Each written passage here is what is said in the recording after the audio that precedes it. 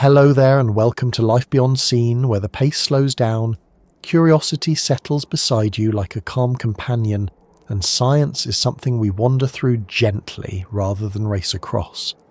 Tonight we're easing into a place that many people have seen in photographs, but very few have truly imagined at scale. It stretches over thousands of kilometres, supports more species than most cities hold people, and breathes in a way that's almost difficult to grasp until someone explains it. This place isn't made of steel or concrete or anything you'd expect a massive structure to rely on.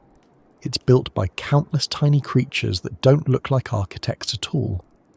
And yet they've shaped one of the most remarkable living systems on Earth. We're going to spend time with the Great Barrier Reef, moving slowly through its layers, the way you might explore a familiar neighbourhood, but with enough patience to notice every detail you once overlooked.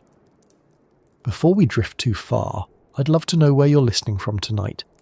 Maybe you're near the ocean, maybe you're tucked inland somewhere far from salt air, or maybe you're watching long after midnight when everything has quieted down. Whatever the time or place, I'm glad you're here and ready to settle into this calm stretch of discovery.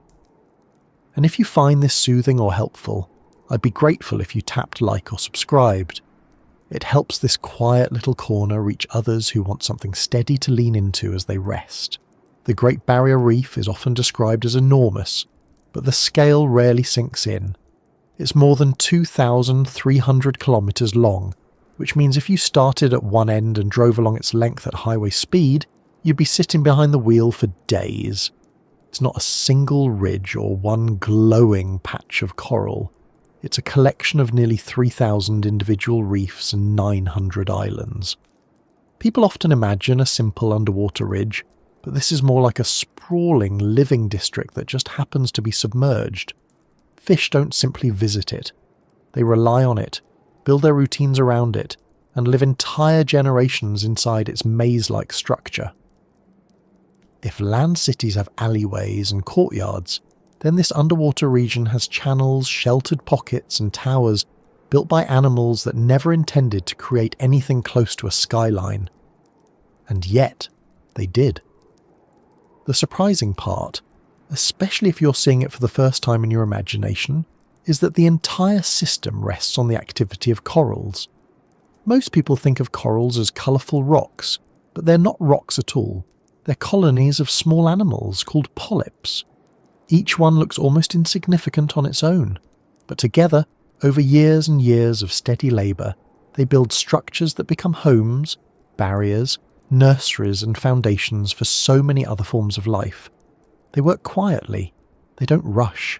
They simply add layer upon layer of calcium carbonate until their surroundings transform into something sturdy enough for thousands of species to weave their routines around. If that sounds simple, it might help to picture a single polyp. It's tiny, usually just a few millimetres wide, and shaped a little like a small soft cylinder with a ring of tentacles at one end. That small tentacle creature forms a bond with microscopic algae living inside its tissues. Those algae perform photosynthesis, turning sunlight into food.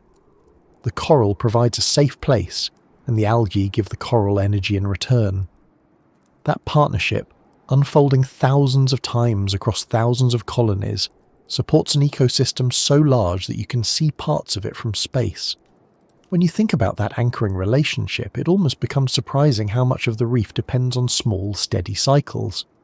A bit of sunlight absorbed by algae, a bit of energy passed along to the polyp, a bit of building material added to the colony's growing skeleton, and slowly a home takes shape. The reef doesn't surge into existence. It accumulates without any real sense of hurry. And because it grows this way, everything else around it can settle into predictable patterns.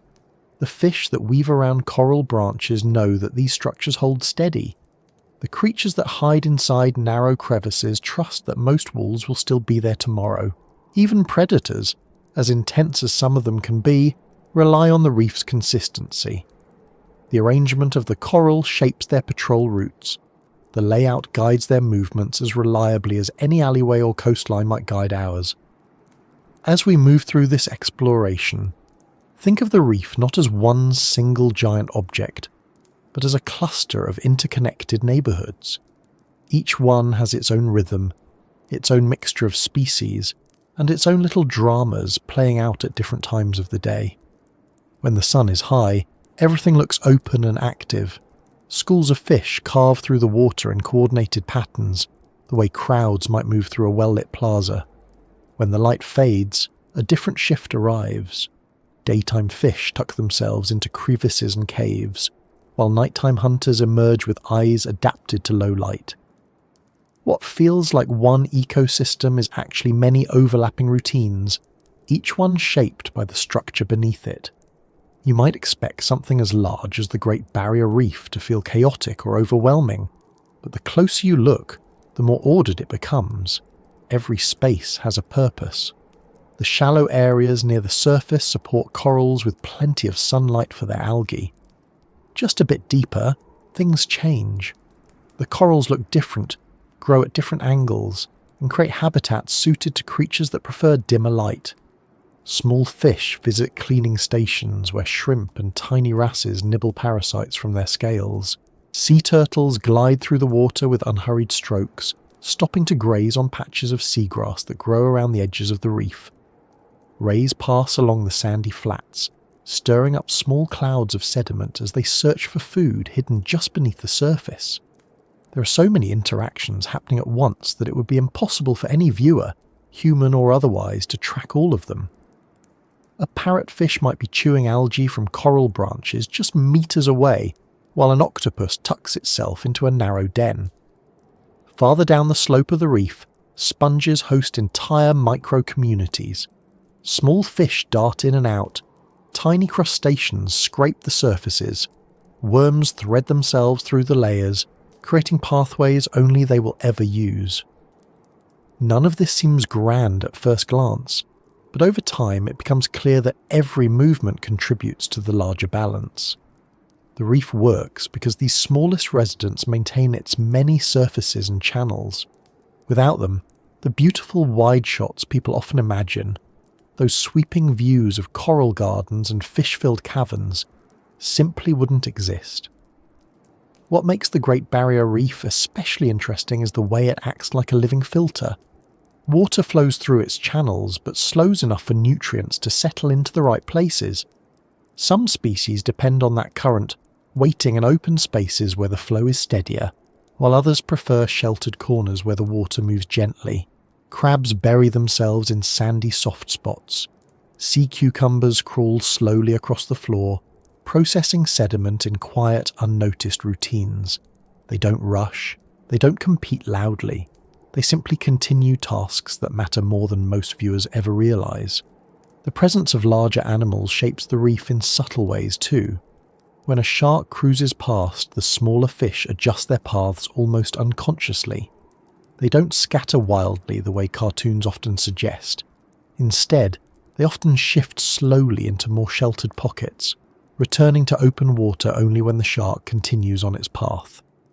There's a rhythm to their movements that comes from experience rather than panic. Predators aren't constant threats. They're just part of the landscape, influencing how other creatures spend their time without disrupting the entire setting. Another detail that often surprises people is how much seasonal change ripples through the reef. In warmer months, certain types of coral grow faster. Some fish species begin nesting. Turtles return to familiar beaches to lay eggs. Even the water itself changes with temperature shifts and plankton blooms. These changes don't overhaul the reef suddenly. They pass through steadily, like background adjustments that shape the next few weeks of life at every level. Where currents strengthen, certain fish gather to feed on whatever drifts by.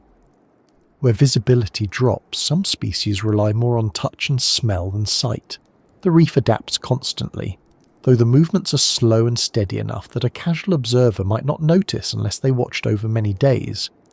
People sometimes assume the reef is fragile in the sense that a single disruption might collapse everything. But the truth is more nuanced. Coral reefs are sensitive, especially to temperature changes and water quality, but they also possess deep resilience. After storms, broken coral branches settle into new positions where they can regrow. Areas damaged by rough waves or passing cyclones often become nurseries for new coral colonies.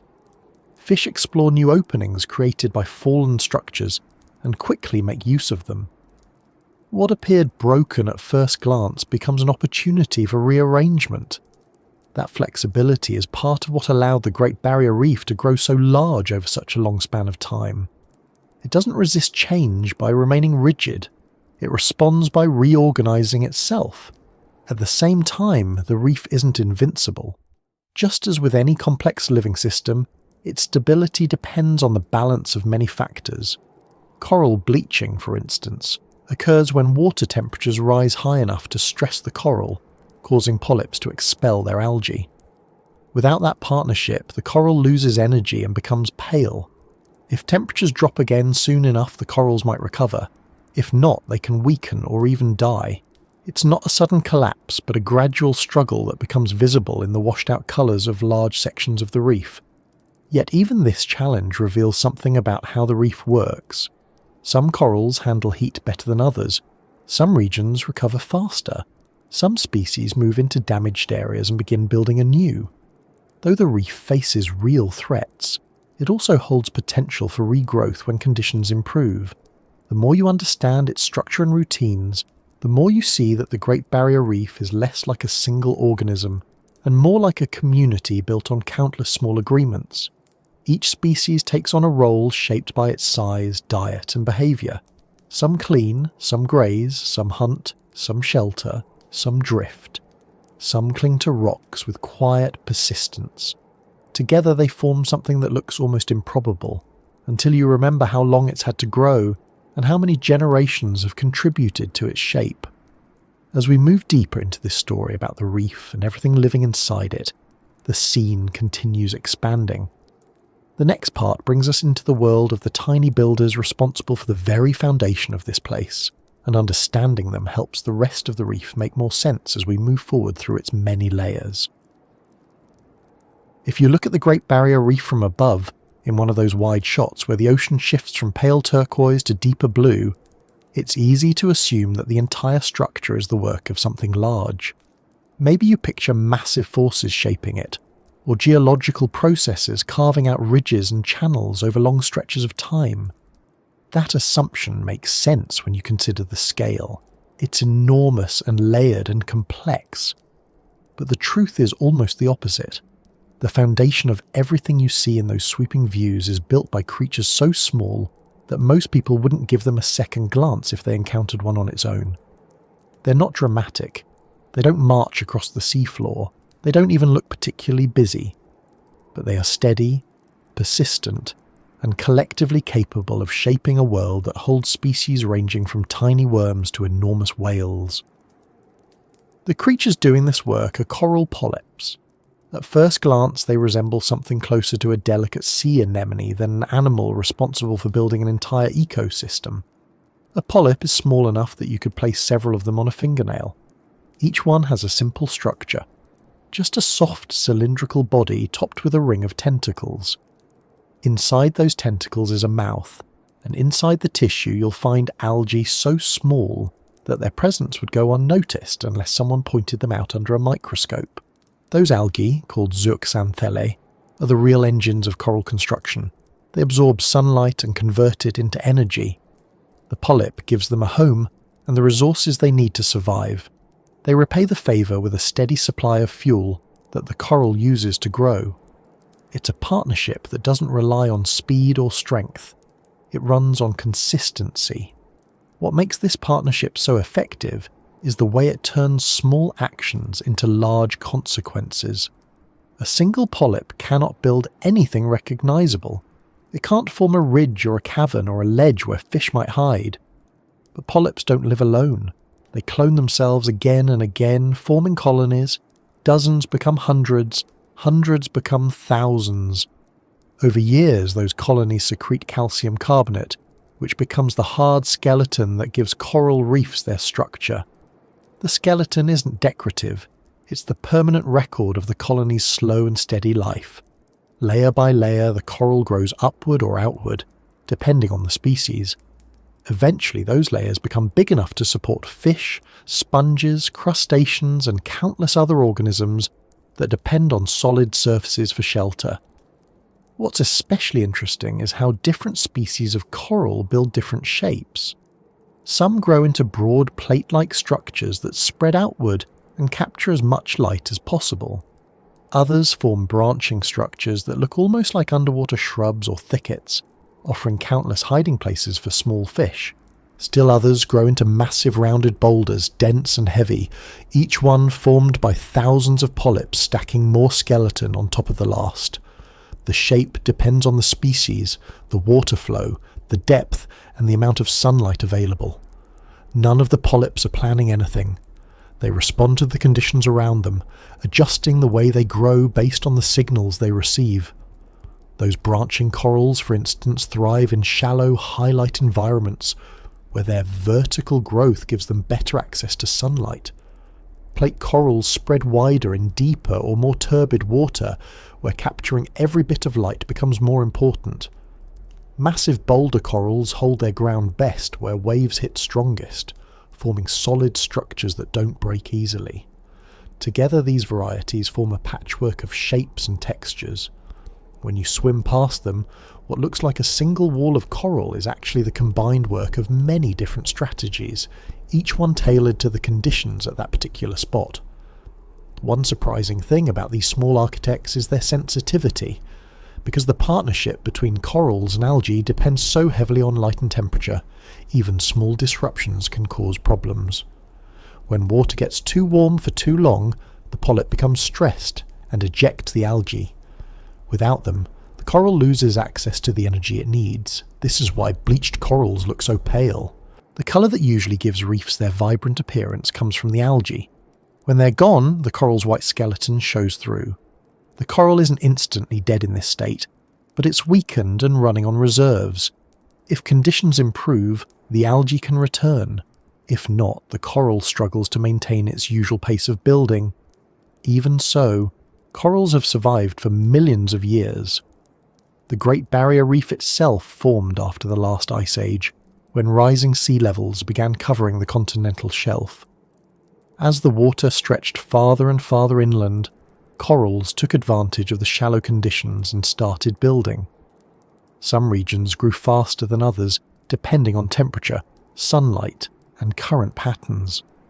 Over thousands of years, these small animals created a structure large enough to influence waves, currents, and entire local climates. The irony is that while we often talk about the reef as a fragile environment, the architects behind it have an incredible ability to persist when conditions allow them even small windows of recovery. A broken coral branch can reattach and grow again. A damaged colony can produce new polyps. Entire sections of reef can regrow over decades if given the chance. To understand how remarkable this is, imagine a single season on the reef. During calm periods of growth, polyps continue building in their usual slow but steady rhythm. They feed at night, extending their tentacles to capture plankton drifting by. During the day, their algae partners take over, gathering sunlight and producing energy. The cycle continues every day with little variation. But then storms pass through, waves hit hard, some coral branches snap, some colonies get covered with sand, some surfaces break open. If this were a rigid structure like a building, the damage might remain forever. But the reef's architects simply continue from whatever foothold remains. A broken branch becomes a new starting point. A shifted skeleton becomes the foundation for new polyps. The reef reorganizes itself around the aftermath the way a city reshapes after minor rearrangements to its streets or neighborhoods. Some coral species take on another role that many people don't expect. When they build in certain patterns, they reduce wave energy. That means the reef acts like a natural buffer for coastlines, protecting them from strong swells. The corals aren't intentionally designing anything, but their presence, shape and distribution create an effect that stretches far beyond their own small bodies. Even the areas where coral growth slows or stops can shape water movement, guiding currents in ways that help disperse larvae and nutrients. The reef isn't just a home for animals, it's a habitat engineering system built from the combined actions of tiny organisms following simple routines. The relationship between corals and the rest of the reef becomes clearer when you watch how different species interact with them. Parrotfish, for example, scrape algae from coral surfaces using strong beaks. In doing so, they also bite off tiny bits of coral skeleton. This might seem destructive, but it creates sand and clears space for new coral growth. Their activity prevents algae from smothering coral colonies. Without parrotfish, coral would have a harder time competing for space and light. Other grazers play similar roles. Sea urchins, certain snails and small fish nibble algae in ways that keep the coral surface clear. These layers of cooperation and tension give the reef an almost self-maintaining quality. No single species takes control. Everything remains in motion but never drifts too far out of balance, as long as the underlying conditions stay stable enough. When coral polyps reproduce, the scale of their coordination becomes even more surprising. Many species release eggs and sperm into the water simultaneously during specific nights of the year. This mass spawning event is timed by temperature, lunar cycles, and seasonal changes. Seen from a distance, it resembles a gentle underwater snowfall as millions of tiny bundles drift upward. They're not fertilizing individually on the spot. Instead, they rely on the sheer quantity to increase the chances of success. Some of those bundles meet, forming larvae that eventually settle somewhere on the reef and begin the long process of building new colonies. It's one of the few moments when the reef's architects aren't acting quietly. They act on a scale big enough to shift the appearance of entire regions of water. Despite this impressive burst of activity, coral larvae are incredibly vulnerable. Most never find a suitable place to settle. They drift, become food for other animals, or end up in areas where they cannot survive. But the ones that do succeed and anchor themselves to rock or dead coral skeleton eventually become the seed of a new colony. Given enough time, that colony grows large enough to contribute to the reef structure in visible ways. A ridge forms here, a shelf appears there.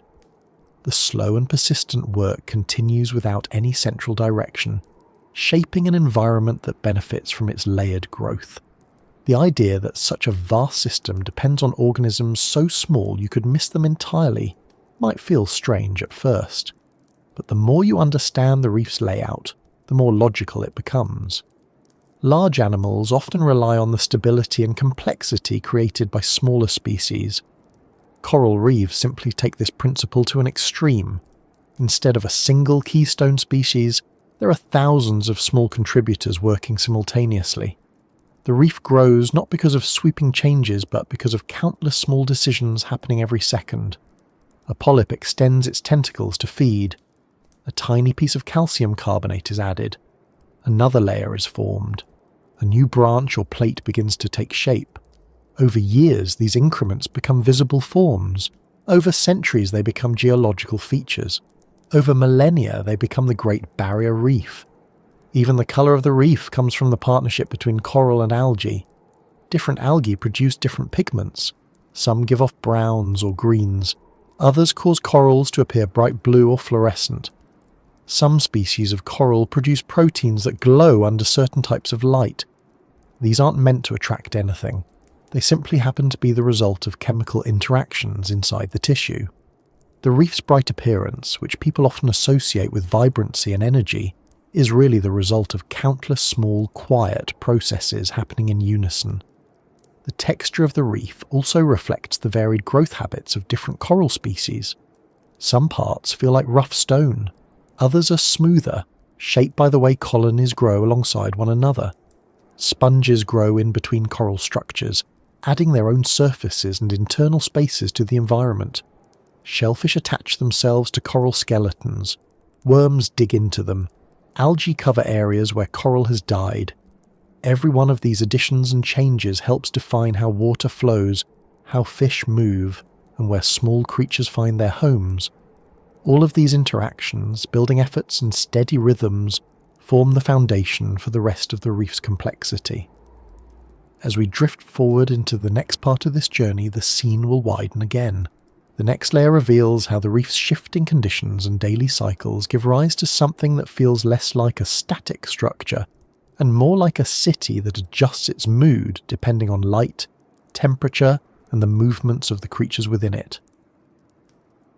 When you look at the reef from a distance, whether through a mask underwater or in a photograph, it can seem like a place that doesn't change very much. The corals stay where they are. The ridges and curves look stable. Fish swim through the same routes day after day. But the closer you get, the more you notice that the entire environment behaves differently, depending on the time of day, the strength of the currents, the temperature, and even the way clouds move overhead. What appears still at first glance turns out to be full of steady shifts that reshape the way animals behave and how the reef carries itself. These shifts aren't dramatic in the way storms or tidal waves are dramatic. They're subtle, steady, and continuous, more like the difference between morning in a busy city and the moment just before the streetlights come on at dusk. Nothing is random, and nothing is static. As sunlight hits the water in the early hours of the day, the reef begins moving through its routines. Light changes the behaviour of almost every species that relies on vision, and that includes a huge portion of reef life. Some fish emerge from their night shelters and begin swimming in loose groups again. They're not waking up the way mammals do. They simply switch behaviours when the level of light reaches a point that signals it's time to feed or travel. Some hunt only during the hours when visibility is high enough for them to track prey. Others avoid those hours entirely and hide inside narrow cracks where their colours blend into the shadows. The moment daylight spreads across the reef, the entire community adjusts in ways that would be easy to miss if you weren't watching closely. Corals themselves also respond to the change in light. Many reef-building corals feed primarily at night, extending their tentacles to catch drifting plankton and then retract them when daylight returns. When the first rays reach the reef, these tentacles start to pull inward, leaving behind the smooth surfaces and ridges of the coral skeleton. This isn't a dramatic motion. It's slow and almost unnoticeable if you're not looking carefully. But it changes the appearance of the entire coral surface. At night, many colonies seem almost fuzzy because of their extended tentacles. During the day, they take on a more sculpted look. This simple shift, happening across countless colonies at once, transforms the reef into something that feels more open and orderly. The visibility also changes dramatically with the angle of the sun. In the morning, as light filters through the surface, shadows stretch across the coral formations at longer angles. Fish swim in and out of these shadows with an awareness shaped by experience. Predators take advantage of low-angle light because it helps them stay hidden. Prey species use the same shadows to avoid detection. It's not a tense environment in the way people often imagine the natural world. It's more like a quiet exchange of attention as animals read their surroundings and react according to patterns they've followed for generations. As the day moves toward midday, colours across the reef appear clearer. Corals with bright pigments look more vivid. Fish with reflective scales shimmer more noticeably. Some parts of the reef take on an almost glassy appearance as sunlight penetrates straight down, revealing structures that were harder to see during the softer morning hours. With this clarity, grazing fish become more active, picking algae off rocks, coral skeletons and patches of substrate. Herbivores work steadily, moving along with small nibbles that keep algae from growing too thick. Without these daily grazing routines, algae would quickly overtake many regions of the reef. The amount that grazers remove in a single day is more than most people would expect. They don't do it with urgency. They simply maintain a pace that has been part of the reef's stability for as long as these species have existed here. Predators also adjust their behaviour as the day gets brighter. Some take advantage of the increased visibility to track schools of fish more efficiently. Others retreat to deeper or more shaded areas where they can remain less visible. Sharks, for example, don't need bright light to navigate, so they often move with the same calm confidence regardless of the time of day, but the fish around them adjust based on how easy it is to see approaching movement. Even small changes in light guide larger patterns of motion. Dense schools tighten their formation, not because they're afraid, but because the risk of being spotted is higher when the water is well lit. The reef's soundscape changes too. though it's much more subtle than anything you'd hear on land. Underwater microphones placed around reefs pick up a steady chorus of clicking, crackling and snapping, mostly from small creatures like snapping shrimp and fish, communicating through short bursts of noise. During the day, when more species are active, this chorus grows louder. It's not a chaotic noise, it's a patterned backdrop that helps young fish locate healthy reef habitat. In fact, some fish larvae use the reef's sound to navigate through open water. They drift for days or weeks after hatching and eventually swim toward the crackling sound that signals a stable, functioning reef. If the reef is quiet, it often means something is wrong, perhaps fewer organisms are active or conditions have changed. But during normal daylight hours, the reef produces a busy but predictable acoustic signature. Currents also contribute to the reef's shifting moods. Water flow varies throughout the day as tides rise and fall, and these changes influence where nutrients collect. In stronger currents, plankton concentrate in specific areas. Fish that filter feed gather in those spots, waiting for the constant flow of small organisms. When currents slow, these feeders move to different areas where food settles more slowly. The corals benefit from these patterns as well. When the current is strong enough, it brings a steady supply of oxygen and nutrients past the coral surfaces. When it slows, sediments may settle on the corals, prompting some species to use small pulses of water or mucus coatings to clear their surfaces and maintain access to light. As the afternoon progresses, the reefs subtly shift again. Some fish begin returning to their preferred nighttime shelters earlier than others. It's not based on a precise hour. It depends more on the direction of light, the behavior of predators, and the gradual cooling of the surface water. Certain species, like butterfly fish, remain active until the last bits of daylight fade. Others, such as damselfish, start settling into their protective crevices a little earlier. Their movements during this time are more purposeful, as though they're making sure they reach safety before the next shift in the reef's routine begins. The reef's colours also change as the sun lowers. Without the bright overhead light, corals appear softer in tone, blues deepen, greens become more muted, orange and pink pigments look slightly warmer. Fish that were highly visible during midday become harder to spot as the dim light softens sharp contrasts. Even the water itself looks different, taking on a slightly darker hue as particles and plankton become more prominent in the fading light. The small animals that rise from the deeper layers of the ocean begin drifting upward, drawn by the safety that comes with lower visibility. These planktonic migrations happen every day and are among the largest mass movements of life on the planet, though they happen quietly and without fanfare. As evening approaches, the mood shifts in another direction.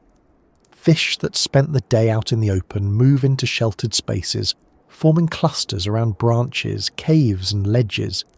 Some species hover close to the openings of their hideouts, while others tuck themselves fully inside.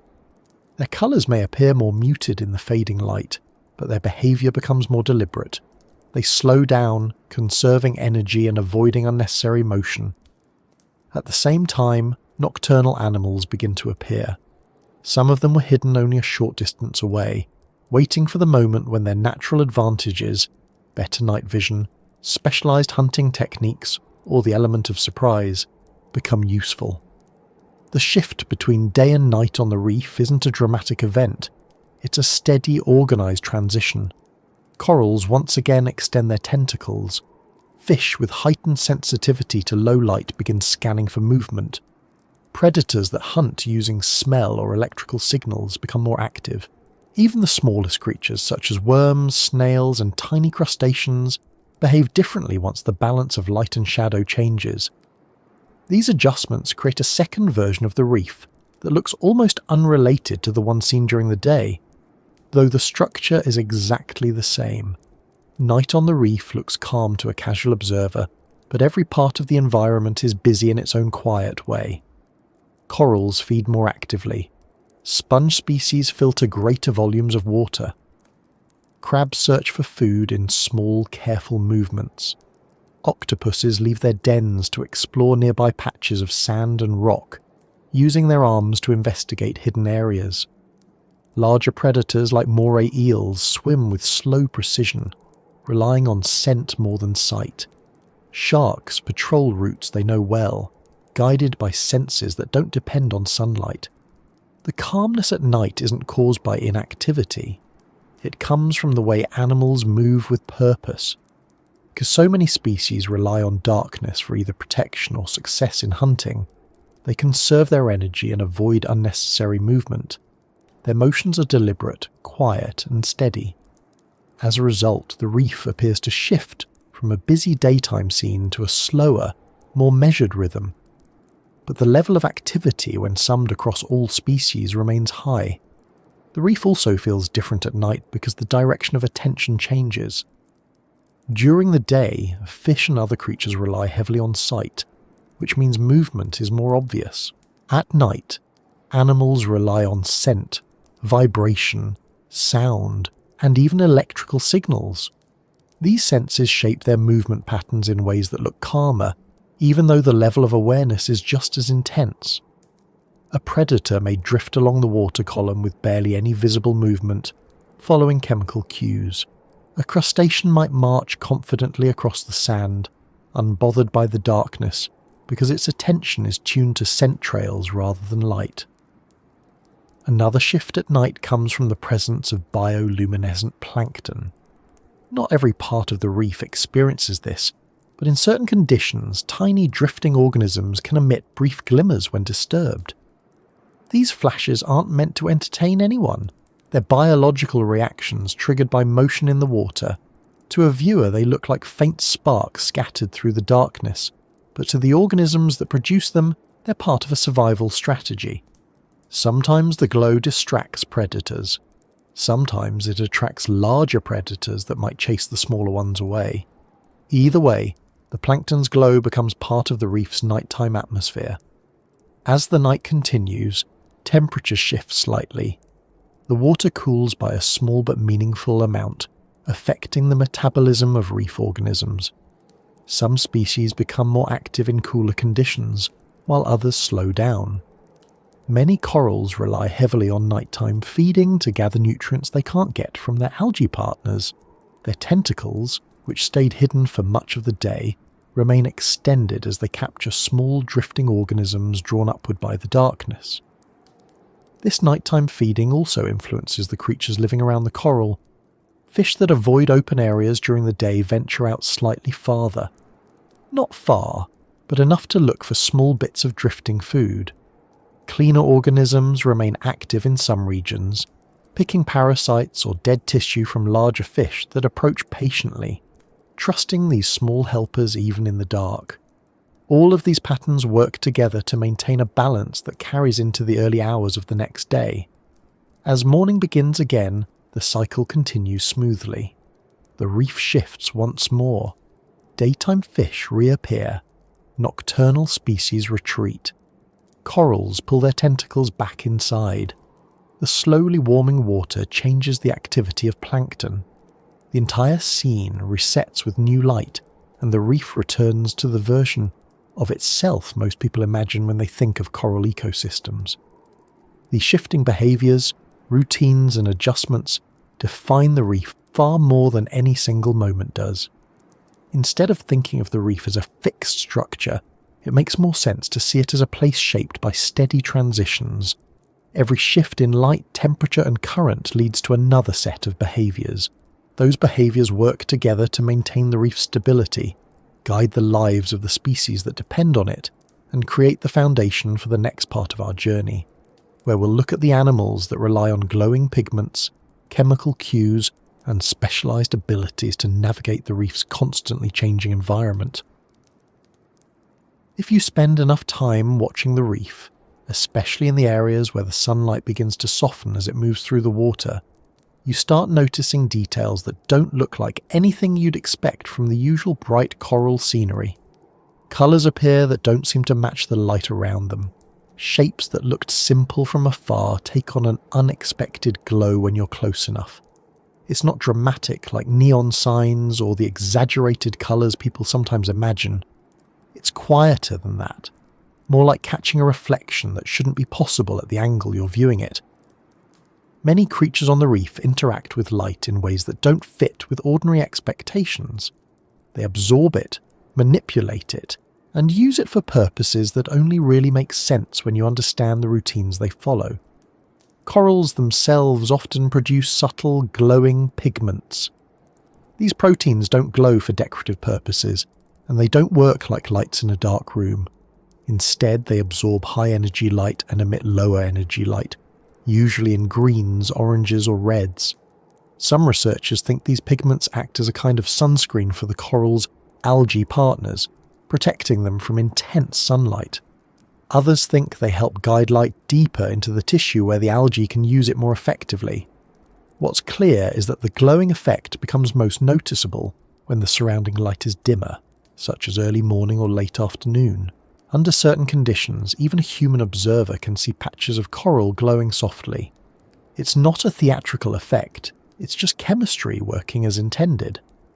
This glow also influences the animals living nearby. Fish with reflective scales often look more noticeable in these conditions. Many species have pigments, or structural colours that respond differently to increasing or decreasing light. Their scales don't glow on their own. They reflect specific wavelengths in ways that appear brighter when the surrounding environment dims. These subtle reflections play a role in communication, camouflage, and sometimes mating displays. A fish that looks ordinary at midday might appear to shimmer faintly during the transition hours when sunlight filters through the surface at low angles. Some fish have even more specialized adaptations. Certain species of flashlight fish store light-producing bacteria under their eyes. The bacteria emit a soft glow that the fish can cover or reveal using a flap of skin. They use these patches of light to communicate with others of their kind, and possibly to confuse predators. The glow isn't strong enough to illuminate large areas of the reef, but in the darker portions of the water column it becomes noticeable. When groups of flashlight fish swim together, they can create patterns of blinking points that move along the reef at night. The purpose of this coordinated blinking isn't fully understood, but it appears to help them remain together in conditions where visibility is low. Other species use bioluminescence in more direct ways. Some small crustaceans release glowing chemicals when frightened, creating temporary light trails that confuse predators. These chemicals drift through the water before fading, leaving behind a faint trail of light. This gives the crustacean a chance to escape, while the predator is momentarily distracted. It's not a strategy designed for beauty or spectacle. It's a simple survival tactic shaped by the environment. There are also planktonic organisms drifting through the water column that emit brief flashes when disturbed. These flashes aren't meant to communicate anything. They're triggered by movement, pressure changes, or contact with other organisms. When a fish swims through an area dense with these glowing plankton, its movement can leave faint trails behind it. This effect is usually only visible at night or during low-light conditions, but it contributes to the sense that the reef has its own internal lighting system. In reality, each small glow is a chemical reaction happening inside individual organisms. Some fish species, especially those that patrol the deeper sections of the reef, rely on glowing pigments and structural coloration to blend into their environment rather than stand out. Blue and green reflective pigments help them disappear against the dim background. A fish might look bright when held in sunlight, but become nearly invisible when positioned above a coral ledge where only filtered light reaches. This skill is crucial in the narrow balance between hunting and avoiding being hunted. A slight shift in angle can reveal or conceal an entire body. One of the most intriguing light-related adaptations on the reef belongs to creatures like mantis shrimp. They don't produce glow in the usual sense, but they perceive light in ways that most animals cannot. Their eyes can detect ultraviolet light and multiple types of polarized light. This means they see patterns on fish, corals, and other shrimp that appear blank to the human eye. Many corals have ultraviolet patterns that aren't visible to most viewers. Fish with what looks like a single colour often carry hidden markings that only species with specialised vision can interpret. These patterns might help individuals recognise each other, choose mates, or identify rivals. In a reef environment with so many overlapping species and habitats, seeing what others can't becomes an advantage. Some fish also reflect ultraviolet light as part of their coloration. To most predators, these fish look plain, but to members of their own species they appear marked with clear patterns. Researchers believe this helps them communicate without drawing attention from larger animals that lack UV perception. The reef contains many examples of communication built around differences in vision and light sensitivity. Glowing pigments, reflective scales, and ultraviolet markings all contribute to an environment where visibility isn't just about what light is present, but about how each species interprets it. At certain depths where sunlight becomes diffuse, some organisms rely on fluorescence for camouflage. It might sound counterintuitive. You'd think glowing would make an animal easy to spot, but fluorescence can actually make the creature match the ambient light conditions more closely. For example, some fish absorb blue light from the water and release green light, making them blend more closely with their surroundings. This reduces their contrast and helps them appear less noticeable from a distance. Some algae species also fluoresce under certain conditions. Their glow isn't related to communication or defense. It's simply a byproduct of the chemical processes they use to handle sunlight. Yet the effect contributes to the overall light environment in small but meaningful ways. When you have thousands of organisms absorbing and re-emitting light at slightly different wavelengths, the reef becomes a mosaic of subtle influence rather than a uniform field of colour. Glowing behaviours aren't limited to fish and corals. Certain worms, small jelly-like organisms and free-floating larvae also produce light. Some release glowing mucus to distract predators. Others flash when touched. Some glow faintly at all times in deeper water where hardly any other light penetrates. Even though these creatures are small, their presence becomes part of the reef's overall appearance during low-light hours. A diver or researcher might see tiny spots of light drifting in the distance and not realise they're watching dozens of organisms performing small defensive routines. One of the most surprising observations is how many species use fluorescence to help them find food. Predatory fish sometimes scan coral branches with specialised vision that picks up glowing patterns on prey species. Some crustaceans reflect certain wavelengths in ways that make them easier to spot for animals with the right visual adaptations. When you think about the reef from this perspective, glowing isn't just something that happens by coincidence.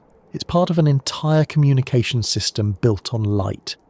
Even creatures that don't produce or manipulate light directly still depend on these patterns. Octopuses, for instance, use their highly adaptable eyes to interpret faint differences in light and colour. They don't glow at all, but they respond to glowing species around them when hunting or hiding. Their vision helps them locate prey that emits subtle signals invisible to other predators. And because octopuses can change their own skin texture and colour, they adjust their appearance in response to the surrounding light environment. They blend in with fluorescent corals just as easily as with dark rock, altering their camouflage to match the shifting light. Crabs and lobsters also interact with glowing organisms, though in more indirect ways. Some species choose hiding spots based on how light filters through coral structures. They may position themselves in areas where they appear less visible due to the ambient glow. They aren't controlling light, but they're reading it carefully enough to avoid attracting attention. Sea anemones contain fluorescent proteins similar to those found in corals, sometimes creating a soft glow along their tentacles. This glow doesn't advertise anything to humans, but to fish that form symbiotic relationships with anemones, these patterns may help them locate specific individuals or distinguish between species. Some juvenile fish settle into anemones only if the tentacles reflect certain wavelengths. This shows just how precisely light guides the interactions among reef species. In certain conditions, especially after long stretches of calm weather, the water around the reef becomes clear enough for glowing patterns to appear more intense. During these times, the contrast between different species increases. Fish that usually look muted take on sharper outlines. Corals with fluorescent pigments become more noticeable. Even the sand on the seafloor can reflect faint traces of glowing particles. These distinctions help organisms make decisions about movement, feeding, and shelter. The presence of glowing organisms also affects how predators behave during transitional hours. Some species, like certain groupers, detect fluorescent signals to locate small prey hiding in the coral. Instead of searching blindly, they rely on light cues. When the light fades too much, they switch to different strategies or retreat to their own nighttime shelters. Their ability to act effectively depends on how the reef's glowing organisms shift with the changing light. The idea that the reef glows may give the impression of a dramatic scene, but the reality is more subtle. The glow doesn't overwhelm the environment. It exists as part of the ordinary functioning of thousands of species, each using light in a slightly different way. Together, these behaviours shape the reef's character at different times of day. They're not meant to create a spectacle. They're simply the result of biological processes adapted to the conditions of a place where sunlight slowly loses strength as it pushes through water. Understanding this collection of glowing behaviours helps make sense of the creatures that become active when the light begins to dim. Their routines depend on the shifting colours and brightness of their surroundings. As we continue on this path through the reef, the next section will lead us into the spaces tucked between coral branches and around sheltered corners, where hidden corridors support entire layers of life that don't always appear in the obvious open scenes. When most people picture a coral reef, they imagine the open areas first, the bright patches of coral, the fish weaving through sunlight, and the wide spaces where everything is easy to see. But so much of the reef's activity happens in places where the light barely reaches, where the space narrows, and where movement shifts from sweeping arcs to small, careful adjustments. The hidden corridors of the reef, those tight spaces inside coral branches, small caves, cracks in limestone, and sheltered pockets between structures, hold a dense community of creatures that rarely appear in photographs or wide-angle views. These areas are quieter, more controlled, and filled with animals that rely on precision rather than speed. When you move close to a coral structure and begin looking between the branches, patterns start appearing that you might miss from even a short distance away. There are small fish that spend almost their entire lives inside a single coral colony. They feed there, nest there, and retreat deeper into the branches whenever something disturbs the water. They aren't nervous in the way humans interpret nervousness. Their bodies are simply suited for these narrow passages, and venturing out into open water would expose them to predators that rely on the element of surprise. By staying inside these tight spaces, they gain both shelter and predictable access to small food sources carried in by gentle water flow. Some of these small residents include species like gobies and damsel fish. Gobies in particular excel at navigating tight corridors. Their streamlined bodies, small fins, and ability to cling to surfaces make them almost perfectly suited for life in cramped environments. They can stay motionless for long stretches, observing what's happening around them with precise attention. When they do move, it's usually a quick dart between 2 points rather than extended cruising. Their motion is efficient because energy is valuable in places where food doesn't drift through as frequently as it does in open areas. Damselfish, on the other hand, often maintain small gardens of algae within sheltered regions of the reef. They defend these patches from other herbivores and chase away intruders with surprising determination for their size. Their gardens provide a consistent food source, and they maintain them with quiet persistence. These small behaviours contribute to the health of the surrounding coral by limiting algae overgrowth. What might look like minor territorial behaviour becomes part of a larger system in which many species share the responsibility of keeping coral surfaces clear enough for healthy growth. Hidden corridors also provide shelter for creatures that would otherwise struggle in the open. Small shrimp species, including cleaner shrimp, live deep within crevices where they interact with fish that come seeking help removing parasites. The shrimp itself is quite small, but its role in the corridor is significant. Fish arrive, hover patiently, and allow the shrimp to move across their bodies. Even large predatory fish participate in these visits, trusting the shrimp despite its tiny size. These interactions happen quietly in sheltered corners, far from the more visible scenes of the reef. Some corridors support species that specialize in scavenging. Small crabs and hermit crabs navigate the uneven floor of the reef's inner layers, picking through bits of organic material that collect in sheltered pockets. These corridors act almost like natural funnels where water carries debris that settles into small drifts. Crabs take advantage of this predictable supply, moving through the spaces with deliberate steps. Their claws sort through particles without disrupting the surrounding area. Their presence matters because they help keep these hidden passages from accumulating excessive organic material, which would otherwise interfere with coral growth or oxygen levels. Sponges also dominate many of the shaded areas inside the reef's corridors. They filter vast amounts of water, even in low-light conditions. Their bodies contain narrow channels that pull in water, extract bacteria and small particles, and then release clean water back into the surroundings. Even though they remain stationary, sponges influence the water quality inside narrow reef corridors in measurable ways. Their filtering activity helps maintain oxygen levels and clarity in spaces with reduced flow. This creates conditions suitable for worms, tiny crustaceans, and other animals that rely on stable environments. Sea cucumbers contribute to the maintenance of the seafloor inside these hidden areas. They move slowly along sandy pockets, ingesting sediment and processing it internally. Their movements leave behind cleaner, more oxygenated sand. This activity may appear insignificant, but it plays a major role in preventing the buildup of decomposing organic matter. Without these gentle sediment cleaners, some of the reef's narrow spaces would become stagnant. Instead, they remain functional, supporting a diverse range of organisms that depend on healthy sand for burrowing or feeding. One of the most overlooked residents of these corridors is the brittle star. These relatives of starfish hide deep inside cracks and extend their long arms outward to catch food particles drifting by.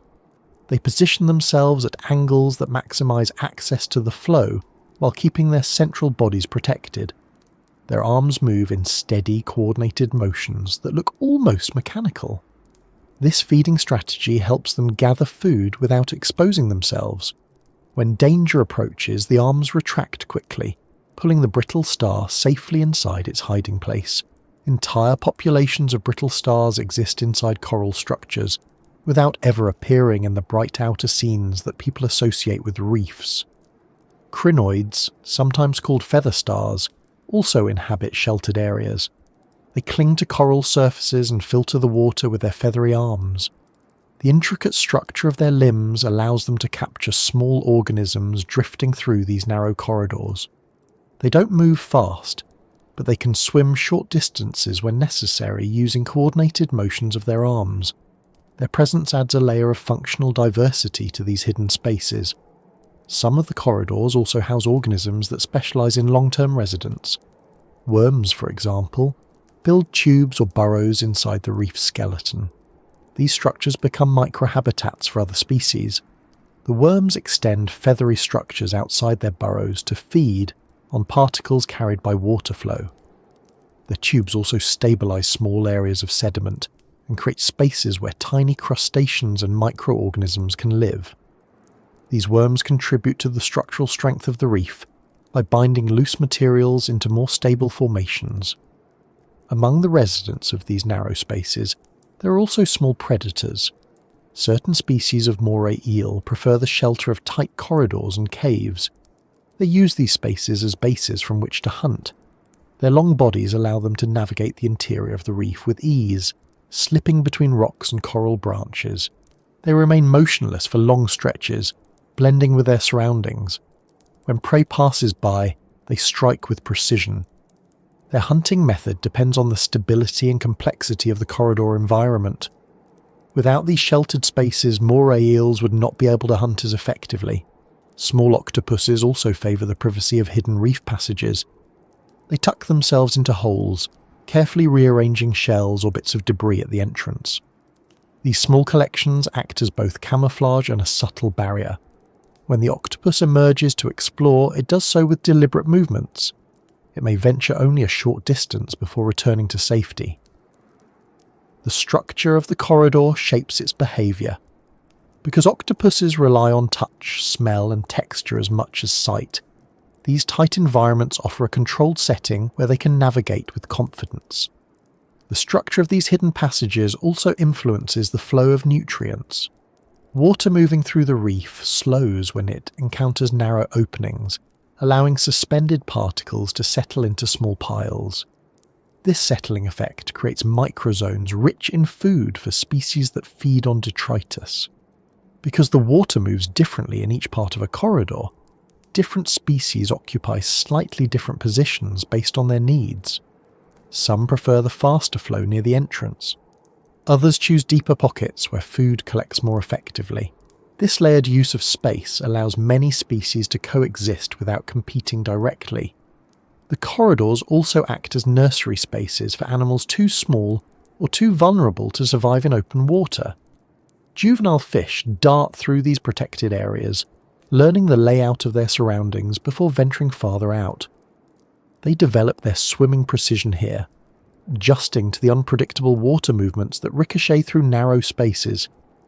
These areas allow them to feed in safety and observe the behaviours of older fish that occasionally pass through. The reef depends on these safe corridors to raise the next generation of its many residents. Some species deposit their eggs in these protected spaces. Snails attach their egg capsules to the walls of small caves. Crabs hide their eggs in pockets of rock or coral. Even some fish species lay eggs on the surfaces inside narrow crevices. These eggs are protected not by elaborate defences but by the simple fact that predators have difficulty reaching them. The structure of the corridor itself becomes the barrier. At night, the corridors become even more active. Animals that hide during the day move out in slow, cautious patterns. Worms extend, feeding appendages farther. Crustaceans explore new corners. Small fish adjust their positions to take advantage of changed light levels.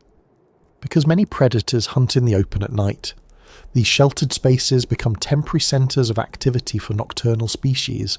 The coral surface, which may have appeared empty during the day, becomes a network of coordinated movements under low light. Corals themselves influence these corridors by modifying the shape of the spaces over time. As colonies grow, dead sections form new openings while living sections expand and close others. The architecture of these hidden areas is always shifting at a pace too slow for the casual observer to notice. Over months or years, however, a space that once sheltered certain species may become too cramped as coral skeletons expand. New openings may emerge, changing the flow of water and creating opportunities for different species to move in. This constant reshaping is part of what keeps the reef dynamic. Even the smallest structural changes influence how life arranges itself.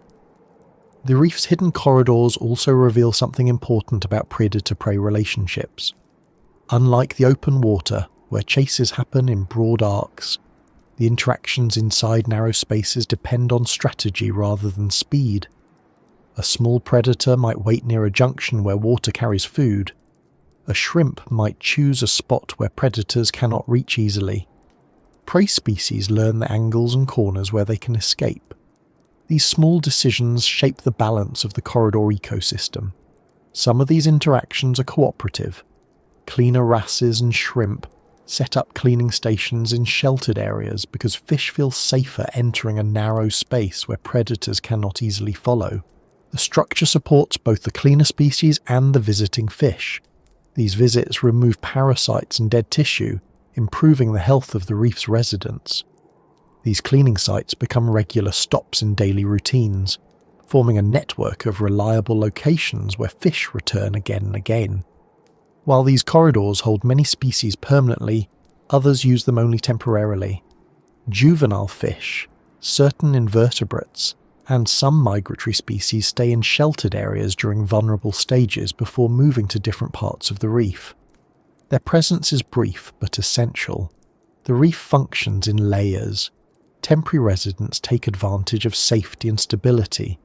Long-term residents maintain the environment through grazing, cleaning, or filtering. Together they create a balanced system that remains steady despite constant change. The hidden corridors might seem minor compared to the bright open areas, but they're the framework that supports the reef's complexity. Without these internal spaces, the reef would lose its depth.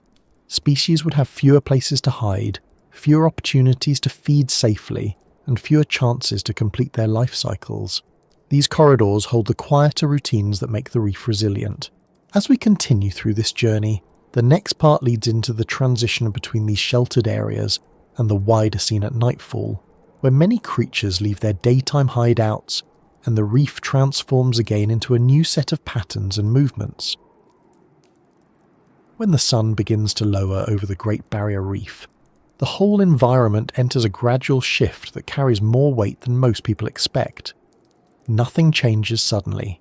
There's no single moment when day ends and night begins. Instead, the reef eases into its evening routine through small adjustments that start long before darkness arrives. Fish begin modifying their behaviour as soon as the angle of sunlight changes, corals prepare for nighttime feeding, and countless small invertebrates begin moving from deeper hiding spots toward the open water. This transition, though gentle in appearance, sets the stage for a different version of the reef, one that operates according to rules not always visible during the day. As the light softens, animals that spent the day exposed in bright areas begin withdrawing into shaded places. These movements aren't frantic or rushed.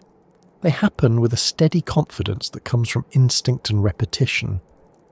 Day-active fish like butterfly fish, tangs, and parrotfish move between coral heads with clear intention, moving closer to the places where they'll spend the night. Many of them return to the same shelter every evening, relying on familiar surroundings where they can avoid predators that hunt in dim light. They don't choose hiding places randomly. Their decisions are influenced by the size of openings, the shape of coral branches, the presence of other fish, and the patterns of water flow that might reveal or conceal their silhouettes. This movement back to shelter is one of the most noticeable early signs of the reef's transformation. Some species hover just outside their chosen crevice for a moment, scanning the water around them. They adjust their position slightly depending on the behaviour of nearby fish. Once they feel secure, they slip into their hiding spot and remain there with only minor fin movements. Some species change their colouring as they settle in. Daytime patterns fade into quieter nighttime tones that help them blend into the shadows. A fish that looked bright and active only minutes before now appears muted and still. At the same time, corals begin preparing for the return of their nocturnal feeding strategy. During the day, most reef-building corals keep their tentacles retracted because they rely heavily on their symbiotic algae for food production. But as the light fades, they start to extend soft, delicate structures to catch plankton drifting by. This process happens gradually. First, small bumps appear on the coral surface, then the tentacles unfurl slightly and finally they extend fully into the water. When this occurs across thousands of coral heads, the reef's surface transforms from a ridged stone-like texture into a much softer appearance. These feeding structures sway with the movement of the water, creating an entirely different landscape from the one seen earlier in the day. As corals prepare for feeding, plankton begin rising from deeper waters. This vertical migration is one of the largest daily movements of life on Earth, even though the organisms involved are tiny. During the day, plankton remain deeper in the water column to avoid predators that rely on sight, but as the light decreases, they drift upward in search of food and safety.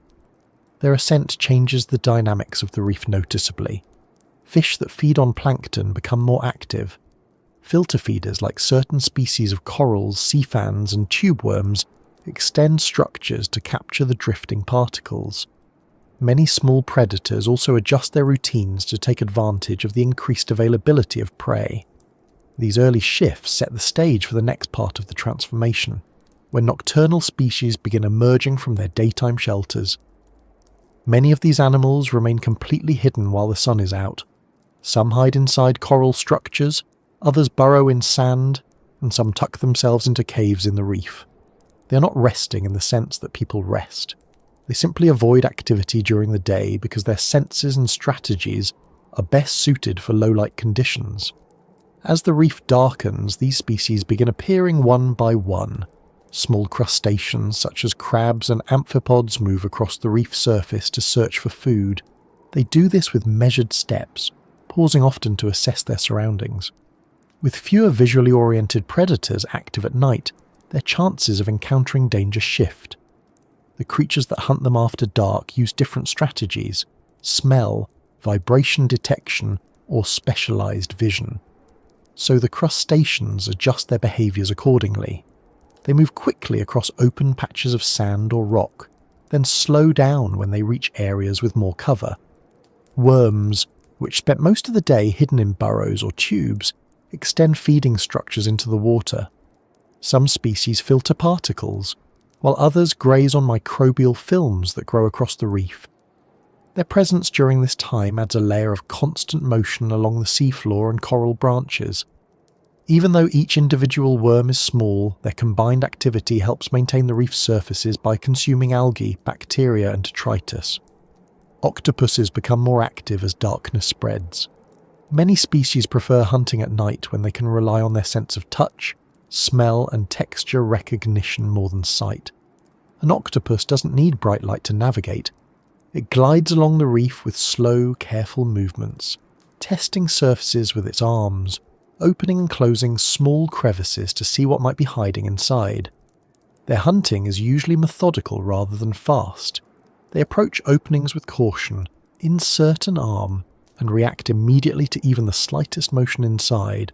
Their behaviour contributes to the nighttime rhythm of the reef, not with dramatic chases, but with slow, deliberate exploration. Other nocturnal predators include different species of moray eels. They spend the day coiled inside narrow holes, often with only their heads exposed. At night they move more freely, weaving through coral passages with confidence. Their hunting relies heavily on their sense of smell and the ability to detect faint disturbances. They don't need to see prey clearly. They simply follow the signals carried by water movement until they reach the source. Their presence in the corridors and open areas shapes the behaviour of many smaller species that must remain alert in their proximity. The mellow glow from bioluminescent plankton becomes more obvious as the night deepens. When disturbed, these tiny organisms emit faint flashes. They aren't designed to illuminate anything. They are chemical reactions triggered by movement. A passing fish might create a brief trail of light behind it. Even a soft current can cause small flickers. To observers with artificial lights, the effect may be faint.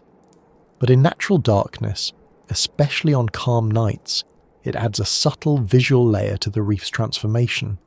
Some fish species that remain active at night rely on sensory systems most people don't think about. Cardinalfish, for example, have eyes adapted to low light. They gather in groups near coral heads, moving slowly and feeding on plankton drifting by. Others, like squirrelfish, prefer the edges of the reef where shadows create clear boundaries. They navigate with steady movements, pausing often before making decisions about direction. Their behaviour is shaped by the balance between the desire for food and the need to remain hidden from predators like moray eels and reef sharks. Sharks, particularly smaller reef-associated species, become more visible at night. They patrol territories with controlled, rhythmic swimming, relying less on sight and more on senses that detect electrical fields and movement.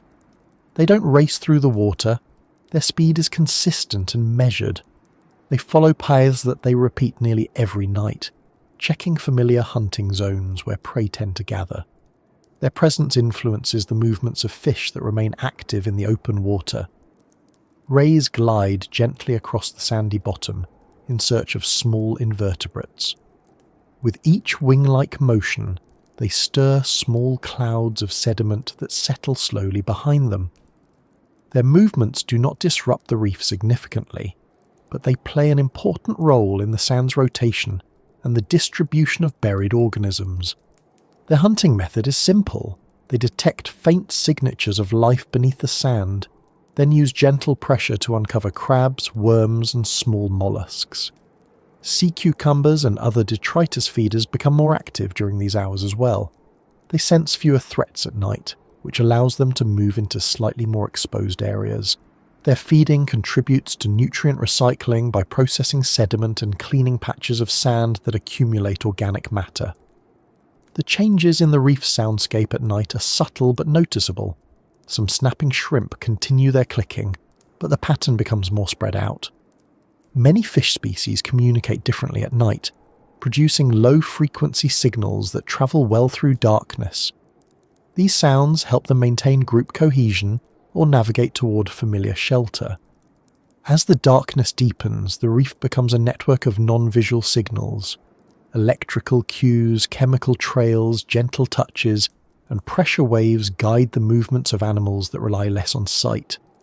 This shift makes the nighttime reef a completely different sensory environment.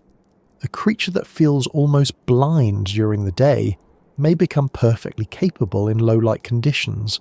Others that excel in daylight become vulnerable or inactive at night. This balance allows so many species to share the same space, without interfering with one another too much. Many nocturnal species remain active only until the middle of the night, after which they rest or reduce movement. Others continue until the earliest hints of dawn. The overall pattern depends on temperature, moonlight, tides, and the presence of predators. On nights with strong moonlight, some animals hide more deeply. On darker nights, others take advantage of lower visibility to travel farther from their shelter. As the hours pass, the reef gradually prepares once again for the next transition. The earliest hint of dawn is not the sun itself, but a subtle change in the quality of darkness. Water begins to reflect faint light from the horizon long before the sun appears. Some fish detect these changes even when they are still barely noticeable. They begin shifting their patterns back toward daytime behavior. Nocturnal predators retreat into their hiding places. Corals slowly retract their feeding structures.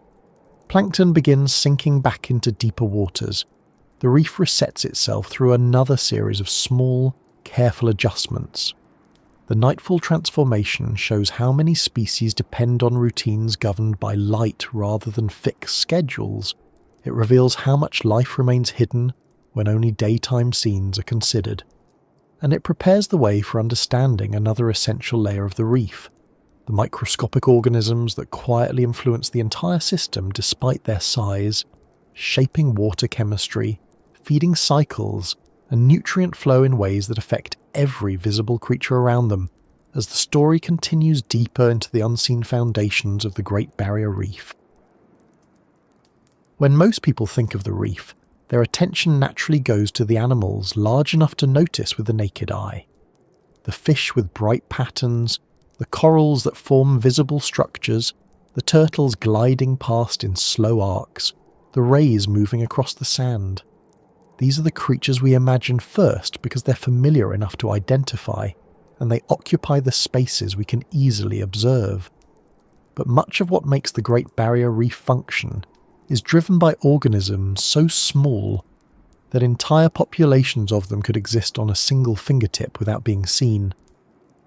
These microscopic kingdoms form the foundation for everything around them. They influence water clarity, control nutrient cycles, guide the survival of countless species, and act in ways that determine how healthy or stressed the reef becomes. Even though each microscopic organism is almost impossibly small, together they shape the world on a scale that rivals the coral structures themselves. They drift, settle, divide, feed, and multiply in quantities so vast that the water surrounding the reef is essentially a living mixture. These organisms don't behave randomly. They follow patterns shaped by light, currents, temperature, and chemical signals. Their presence affects every visible creature on the reef, even if those creatures never directly interact with them. One of the most essential groups in this microscopic domain is phytoplankton. These tiny photosynthetic organisms drift near the surface, absorbing sunlight and converting it into energy. They form the base of the reef's food web. Every fish species, no matter how large or specialized, ultimately depends on the energy phytoplankton produce. Some animals consume the phytoplankton directly. Others eat the organisms that feed on them. Even predators at the highest levels rely on the nutrients originally generated by these microscopic plants. Phytoplankton populations fluctuate with light and temperature. On bright days, they grow quickly, dividing and multiplying in a matter of hours. When conditions shift, perhaps due to cloud cover, water movement, or changes in nutrient availability, their growth slows. These variations influence the clarity of the water, the availability of food for filter feeders, and even the behavior of fish that rely on plankton-rich currents. When phytoplankton bloom, they can create hazy conditions that reduce visibility. When their numbers drop, the water becomes clearer. This constant rise and fall gives the reef its dynamic nature, and helps explain why no 2 days look exactly alike. Zooplankton form another critical part of this domain. These small drifting animals include larvae of fish, crustaceans, mollusks, worms, and many other reef species. Some zooplankton remain microscopic throughout their lives.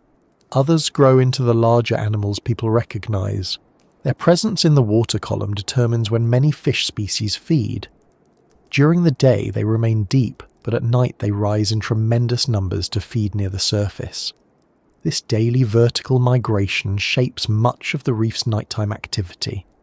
It provides food for nocturnal fish, corals, and filter feeders. It also influences the movement patterns of predators that track the concentration of prey, rather than relying on vision. These drifting organisms do more than provide food. They help transfer nutrients between different layers of the ocean.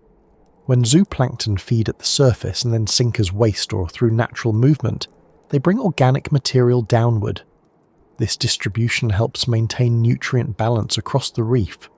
Without these constant transfers, certain areas would become nutrient poor while others became overloaded.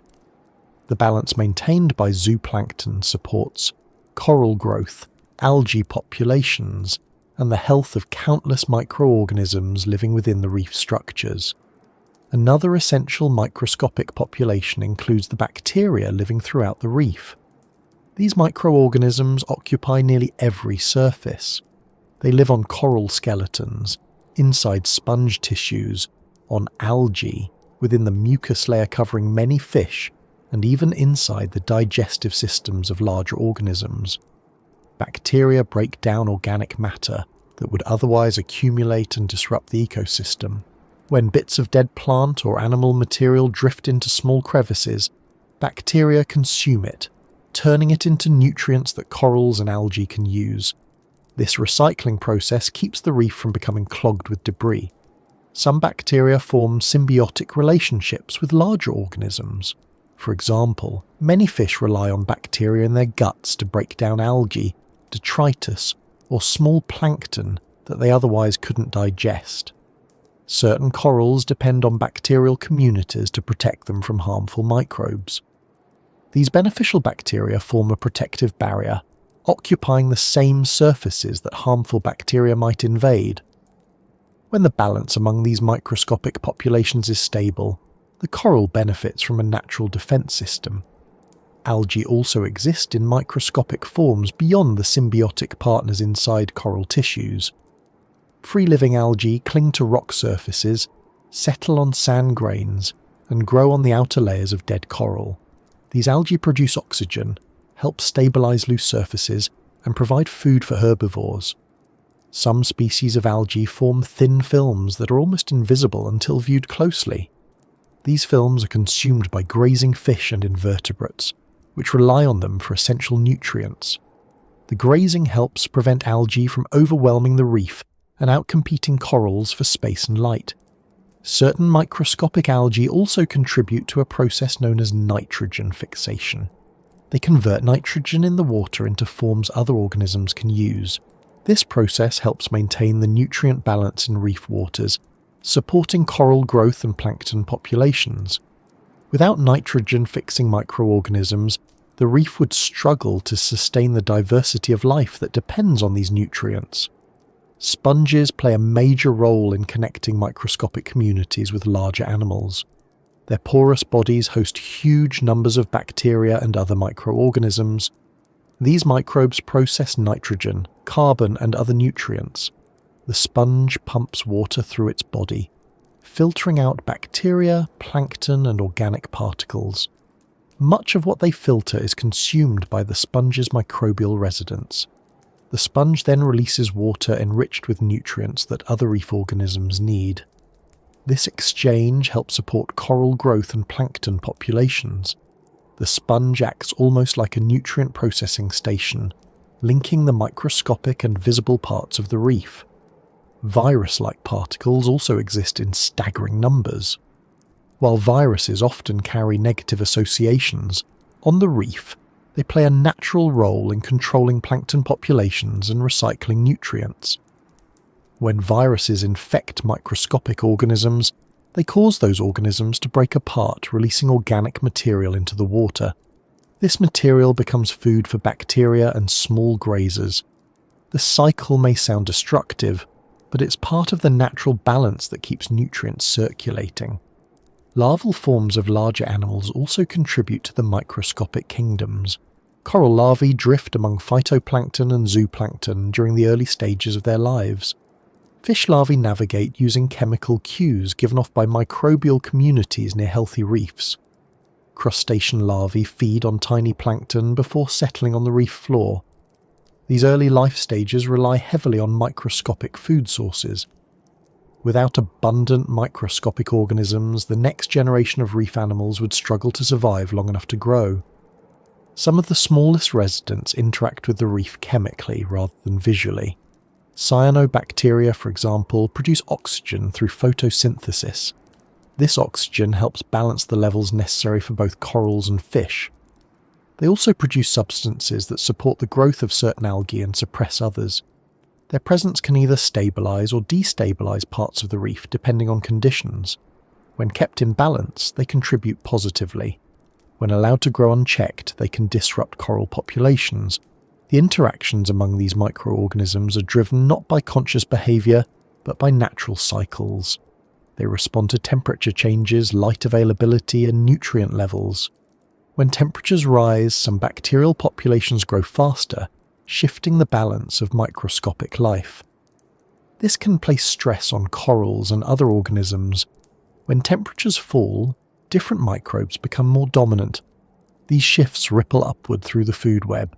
A slight change in microbial communities can affect plankton populations, which then influences fish behavior, coral health, and predator movement. In healthy conditions, the reef supports a stable combination of many microscopic species. Corals maintain their relationship with their symbiotic algae.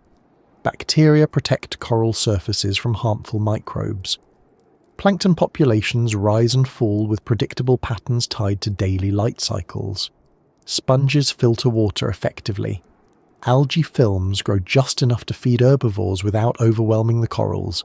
Everything works in a consistent rhythm. When conditions shift too suddenly, however, microscopic communities can become unbalanced. For example, if excess nutrients enter the water from runoff, certain algae can grow too quickly. This growth reduces oxygen levels and blocks light from reaching corals. Similarly, if temperatures rise for extended periods, the algae inside corals may become stressed and leave. Without their microscopic partners, corals become vulnerable. Bacterial communities may also shift, allowing harmful species to take hold.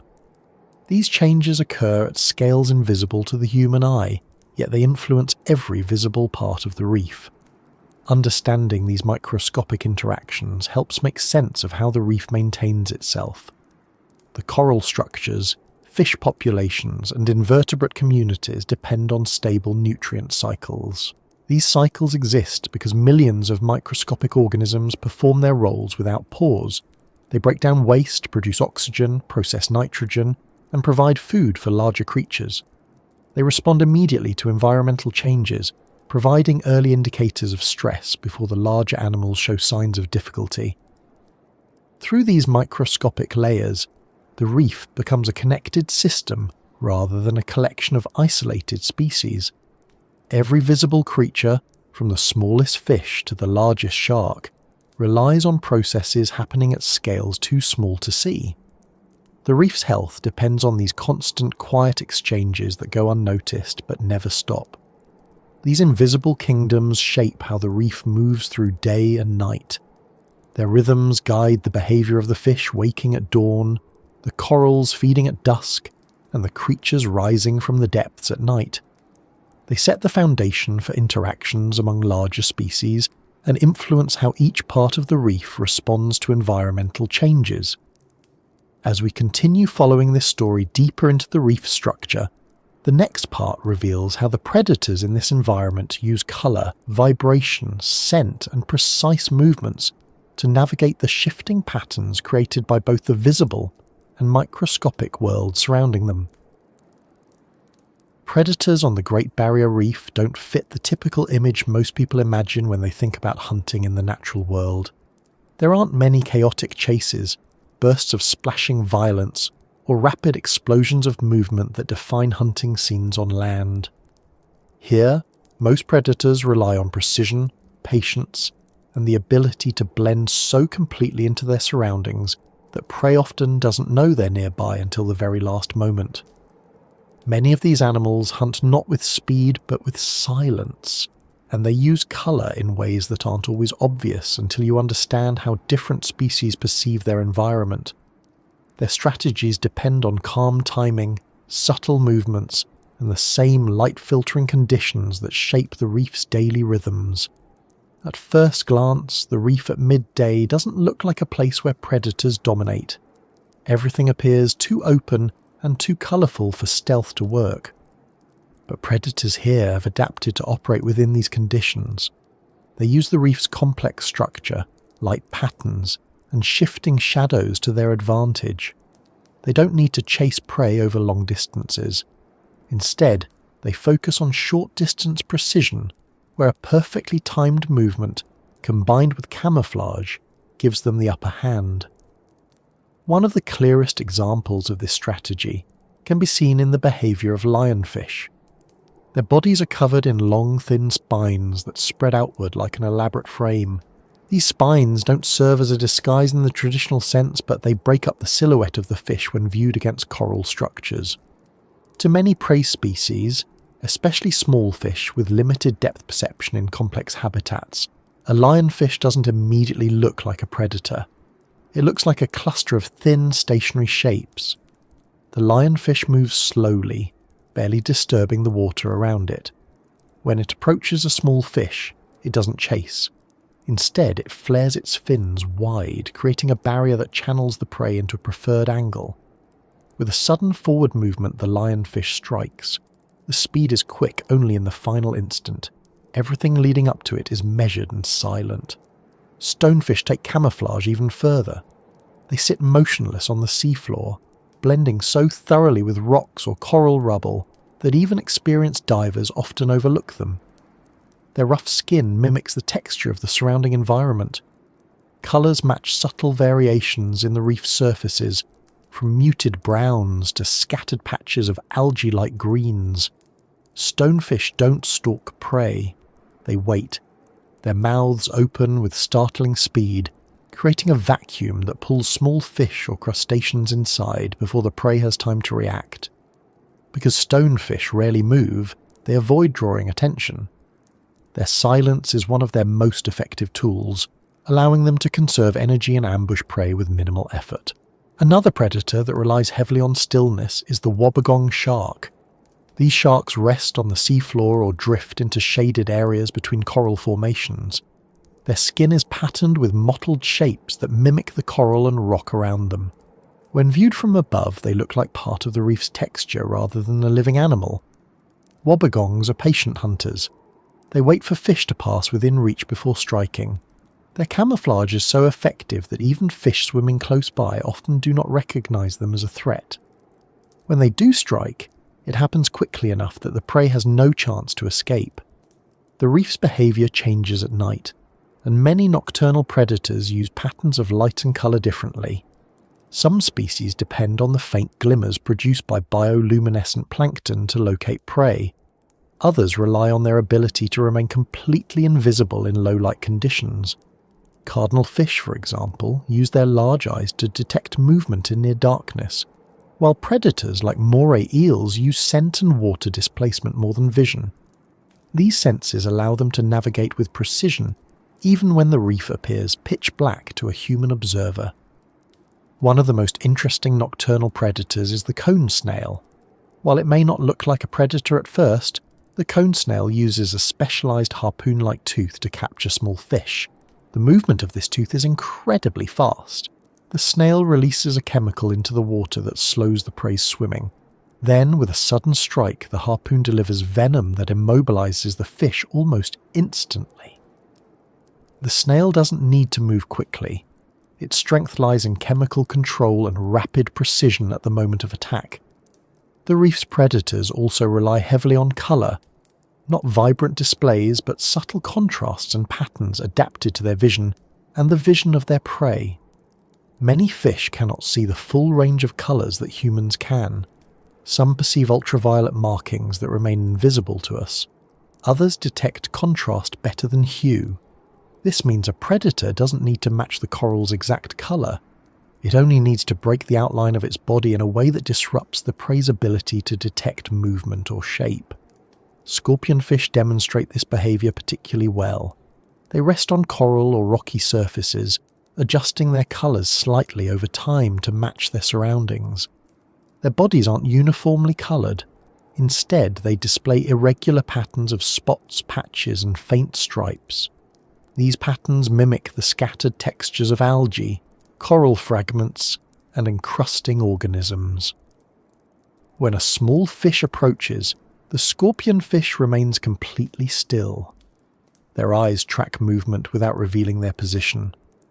When the prey drifts close enough, the scorpionfish opens its mouth in a rapid forward lunge, creating a sudden pressure change that pulls the prey in. Octopuses also rely heavily on colour, though their approach is more flexible.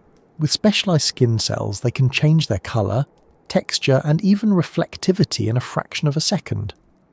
This ability allows them to blend into virtually any surface on the reef. An octopus can match the smooth surface of a rock, the rough exterior of a coral head, or the shifting patterns of sand. Their camouflage is not just visual. It changes based on the texture they mimic. Tiny muscles in their skin create bumps or smooth patches. This adaptability makes them effective hunters in both daylight and darkness. When hunting crustaceans or small fish, they often move silently along the reef floor, only revealing themselves when they extend an arm into a crevice to search for prey.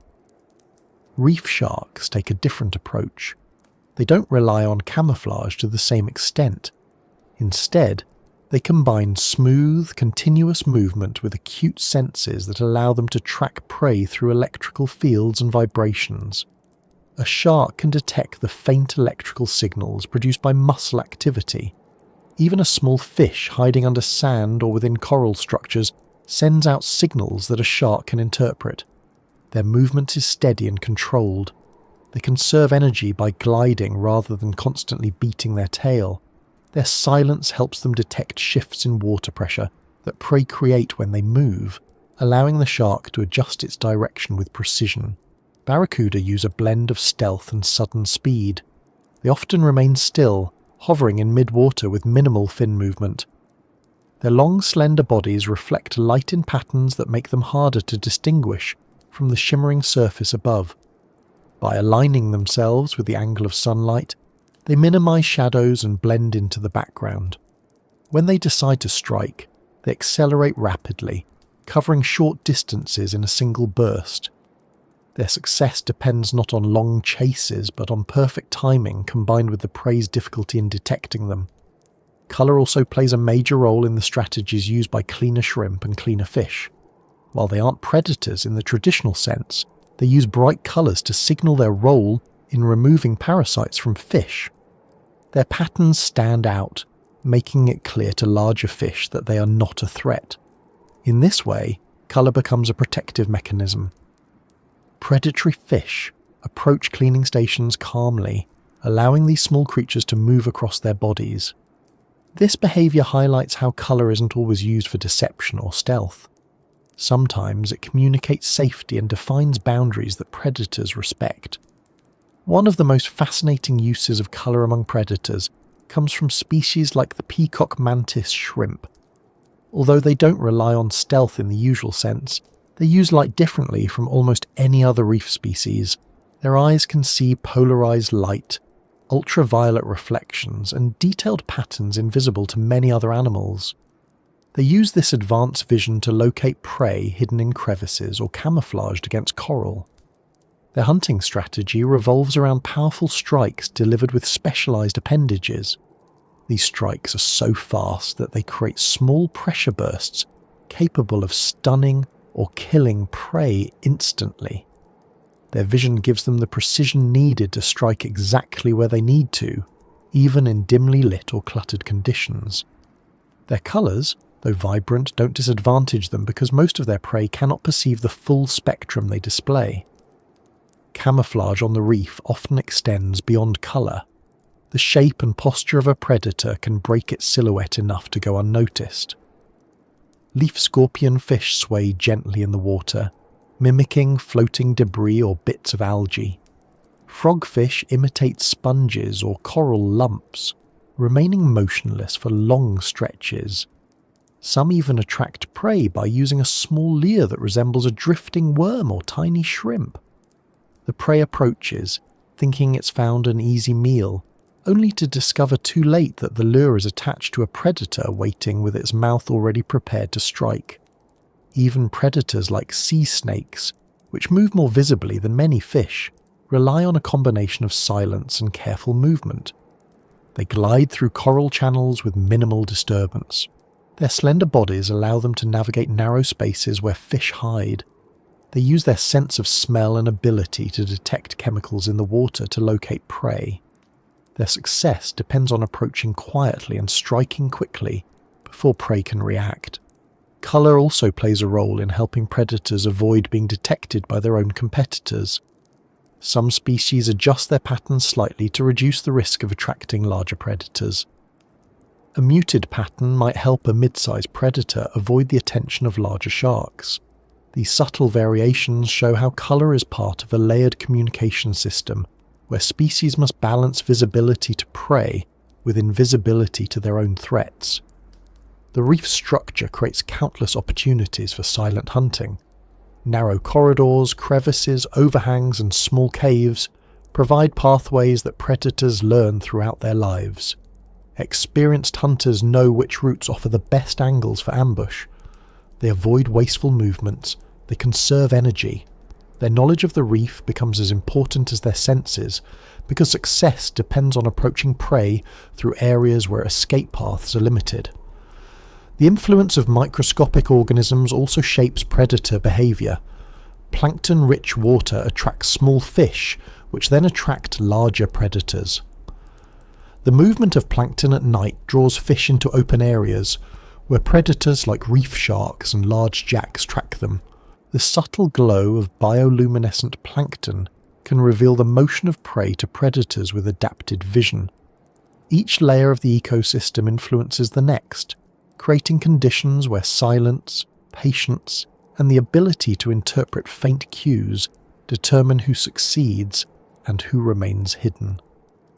As we move deeper into the story of the reef, the presence of predators that rely on silence and colour reveals how tightly interconnected every part of the environment is.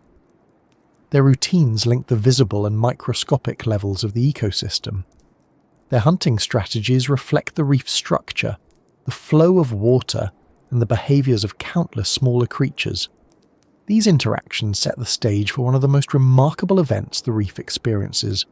Not the hunt, but a large-scale biological process that appears briefly and transforms the reef into a place filled with drifting life as the next part leads into the season when the reef releases new beginnings into the ocean.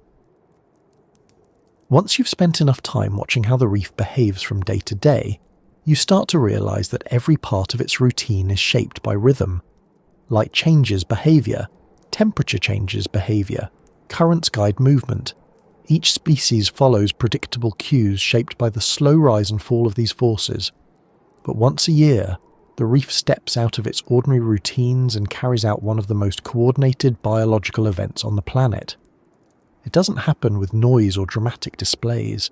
It happens in near-perfect silence, triggered by signals that only the reef's residents can interpret reliably. This moment is the annual mass spawning, when corals release millions of eggs and sperm into the water, creating a scene that gives the reef a completely different appearance for a short period of time. Nothing in this event resembles the steady, cautious feeding or moving behaviours that define most of the reef's life. Corals that spend the majority of their year anchored in place suddenly participate in a synchronised release that relies on cooperation across countless colonies, species, and structures. Each coral colony acts on cues related to temperature, daylight length, the phase of the moon, and chemical signals floating in the water. These cues guide the exact timing so that most corals in a given region release their reproductive cells on the same night. It's a method that increases the chances that eggs and sperm will meet successfully, simply because there are so many of them in the water at once. In the hours leading up to the event, the reef looks no different than usual. Corals extend their feeding tentacles at night as they always do. Fish drift in and out of their nighttime shelters. Plankton rise from deeper areas. The reef's nighttime routine unfolds as it does every other night of the year. There's no visible preparation or build-up, but inside the coral tissues, small bundles containing eggs and sperm move toward the surface of the colony, gathering in discrete pockets. These bundles develop slowly over the previous weeks, and their readiness depends on the right environmental cues lining up. Once everything reaches the correct conditions, the corals release them. When the moment arrives, it doesn't feel sudden to the corals themselves. It's simply the result of many cycles aligning. But to an observer who's never witnessed it, the release appears unexpected. Tiny coloured bundles begin detaching from the corals and floating upward toward the surface. Each bundle is small, often just a few millimetres in size, but when thousands of colonies release these bundles within the same window of time, the water fills with drifting particles that rise toward the surface like a slow-motion snowfall in reverse. The colours vary depending on the species. Some release pinkish bundles, others release orange, pale yellow or white. The combined effect makes the water appear filled with suspended beads of light, especially when viewed from below with even a faint glow from the moon or stars. These bundles float upward because they're slightly buoyant. They reach the surface and begin breaking apart. Eggs and sperm separate and mix with those from other colonies of the same species. This mixing increases genetic diversity, helping corals maintain resilience against environmental changes. The entire process is silent. There are no movements from the corals that you can see. The bundles simply detach and begin their journey upward. The scene is calm, even though what's happening represents the creation of millions of potential new coral colonies. Fish respond to this event immediately. Many species recognize the scent and movement of the drifting bundles. Some fish, especially plankton-eating species, move toward the surface to feed. The sudden abundance of nutrient-rich particles creates a feeding opportunity that only occurs once a year.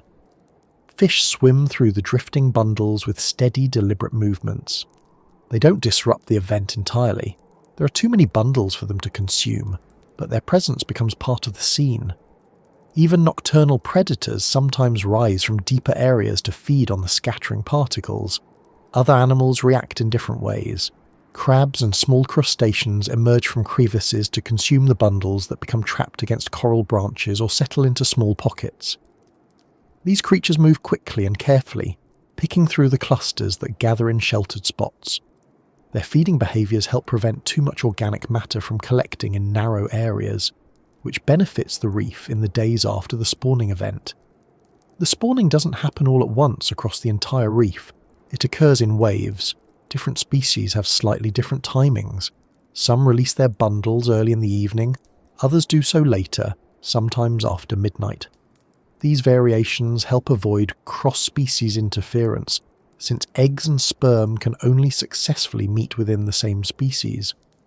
The waves also prevent any single area of the reef from becoming overwhelmed by too much organic material at once. Even though each species follows its own timetable, the alignment among thousands of colonies within that species is remarkable. They release their bundles within a window of minutes to hours, guided by cues that remain reliable year after year. The phase of the moon plays a major role. Most coral species spawn after a full moon, when the nights are still bright enough for navigation, but the tidal forces are at the right stage to help disperse the drifting larvae in the following days. Water temperature is also crucial. If the temperature hasn't stabilised within a certain range, the corals will delay spawning until conditions improve. Once the bundles reach the surface and break apart, fertilisation begins. Sperm cells move toward eggs in the surrounding water. Successful fertilisation produces embryos that begin dividing almost immediately. These early life forms float among the surface currents for several days.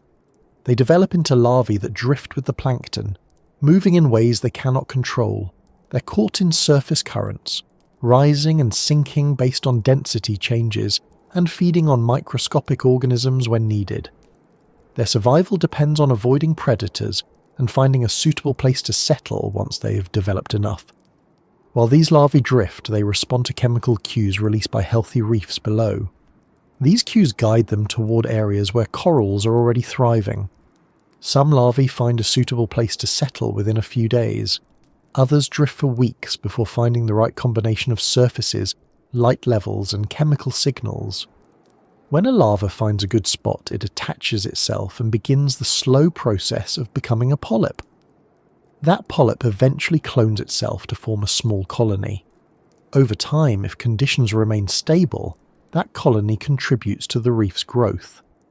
What makes this entire process remarkable is that it relies on coordination rather than competition. The corals release massive numbers of eggs and sperm not to overwhelm the environment, but to increase the chances that even a small percentage will survive. Many eggs and larvae will be consumed by fish, jelly-like organisms, or other plankton feeders. Others will drift too far from suitable settlement areas, but enough will survive each year to maintain the reef structure over generations. The mass spawning isn't limited to corals. Many other species time their reproductive events around the same periods. Some worms release their gametes into the water in similarly coordinated bursts. Certain fish species choose this same window to spawn, using the abundance of drifting material as protection for their eggs or larvae. The reef becomes a place where countless reproductive strategies overlap, each influenced by the signals that corals and other organisms release into the water. During this season, the water near the surface becomes cloudy with organic material. The drifting particles move with the current, creating streaks and clusters that shift silently as the night continues. Some areas of the reef experience heavy concentrations of spawning activity, while others see only faint traces. This variation depends on the density of coral colonies, the direction of currents, and the timing of each species' release. The presence of so much organic matter has additional effects. Microorganisms respond to the increased availability of nutrients by reproducing more rapidly. Some bacteria break down particles that sink toward the seafloor. Others form temporary blooms that support the growth of small grazers. These reactions help keep the water balanced in the days after the event. The reef's microscopic communities, which operate constantly throughout the year, take on an even more active role during this time, processing the sudden influx of organic material. Fish continue feeding on leftover bundles for several days. Their movements during this period are influenced more by drifting particles than by the usual patterns of plankton. Schools of fish gather in areas where the concentration of eggs and larvae is highest. Some species protect the developing embryos that they've produced, while others take advantage of the temporary abundance for energy before returning to their typical feeding routines. Even after the visible portion of the event ends, the effects continue in quieter ways. The larvae drifting in the water begin forming new generations of coral. Some will settle near their parent colonies. Others will travel to new areas and help expand the reef. This spread is one of the major reasons the Great Barrier Reef can regenerate after disturbances.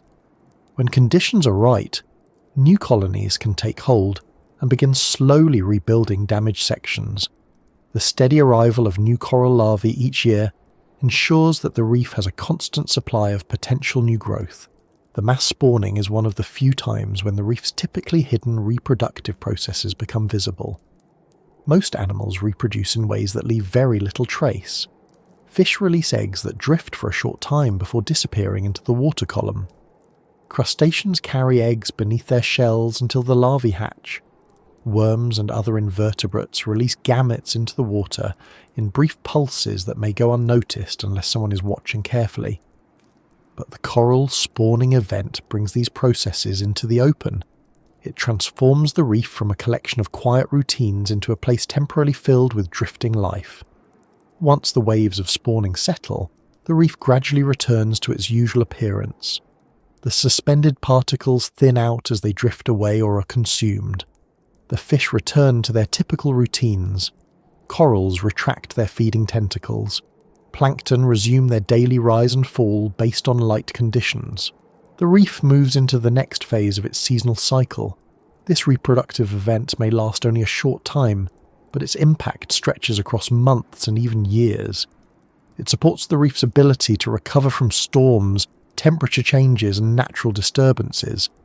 It ensures that new generations continue to build the structures that define the reef, and it marks one of the clearest demonstrations of how tightly connected every part of the reef is, from the smallest microorganisms to the largest coral colonies.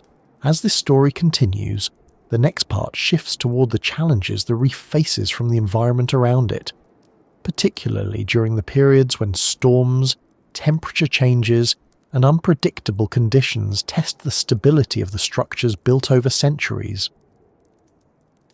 When you think of the reef, the first images that probably come to mind are the calm days. Clear water, steady sunlight, fish drifting between coral branches, everything moving at a pace that feels predictable. But the Great Barrier Reef does not spend its whole life under gentle skies. It exists in a region where storms pass with real force, where waves rise high enough to push coral branches aside, where currents surge so strongly that entire sections of the reef experience sudden rearrangements. These storms are not unusual interruptions. They are part of the reef's long-term routine, shaping it in cycles that have unfolded for thousands of years. And the reef has developed a set of quiet responses that allow it to endure these events with more resilience than many people expect. Long before a storm reaches the reef, the first signs appear in the water itself. Currents begin shifting. The surface becomes uneven. Light penetrates the water differently, scattering as the surface chops. Many fish respond to these cues as soon as the changes begin. Schools tighten. Certain species move closer to the shelter of coral outcrops. Larger fish adjust their routes, swimming deeper or closer to areas with more structure. None of this is frantic. It's simply behavior shaped by experience. For creatures that spend their entire lives on the reef, the early signals of rough weather are part of their everyday awareness. As the storm moves closer, waves begin pushing water into the shallower sections. Corals near the surface feel the force first. Branching corals bend with the movement. Plate corals shift slightly as currents flow across them. Some animals retreat deeper into the reef's interior spaces. Others remain in their usual spots but change how they move. Many daytime fish remain hidden, letting the water carry debris and sand past them while they stay in place. The reef doesn't panic, it braces. When the storm arrives, the energy released into the water is immense.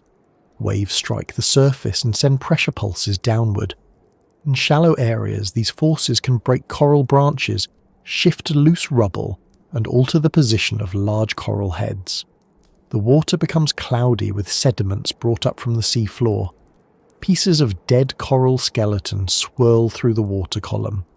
For a human observer, it would look chaotic. But for the reef, This is a known pattern. Storms have passed here for millennia, and every part of the ecosystem has developed routines for handling the disruption. Some corals are more vulnerable to storm damage, particularly branching species that grow quickly but have more delicate structures. Their thin branches can snap in high-energy waves. At first glance, this might seem harmful, but broken fragments often settle onto stable surfaces where they can reattach and continue growing. This ability to regenerate from fragments has allowed many coral species to spread across wide areas. What looks like destruction becomes, in the long term, part of their strategy for expansion. A single broken branch carried by currents can become the starting point for a new colony. Massive corals, such as large boulder-shaped colonies, withstand storms differently. Their weight and compact shape make them far more resistant to breakage. Instead of snapping, they may shift slightly or lose small patches of living tissue if debris collides with them. But the colony remains structurally intact. Over time, the exposed areas heal as new polyps grow and spread across the damaged surface. These boulder corals act as anchors for the reef's stability, surviving events that might topple more fragile structures. Sponges and soft corals also play a role in weathering storms.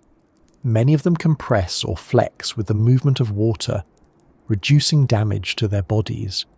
Their ability to bend prevents them from breaking. After the storm, they continue filtering the water, which becomes especially important once sediments settle into small pockets across the reef. Their filtering helps clear suspended particles and restore clarity. Fish respond with their own patterns of resilience.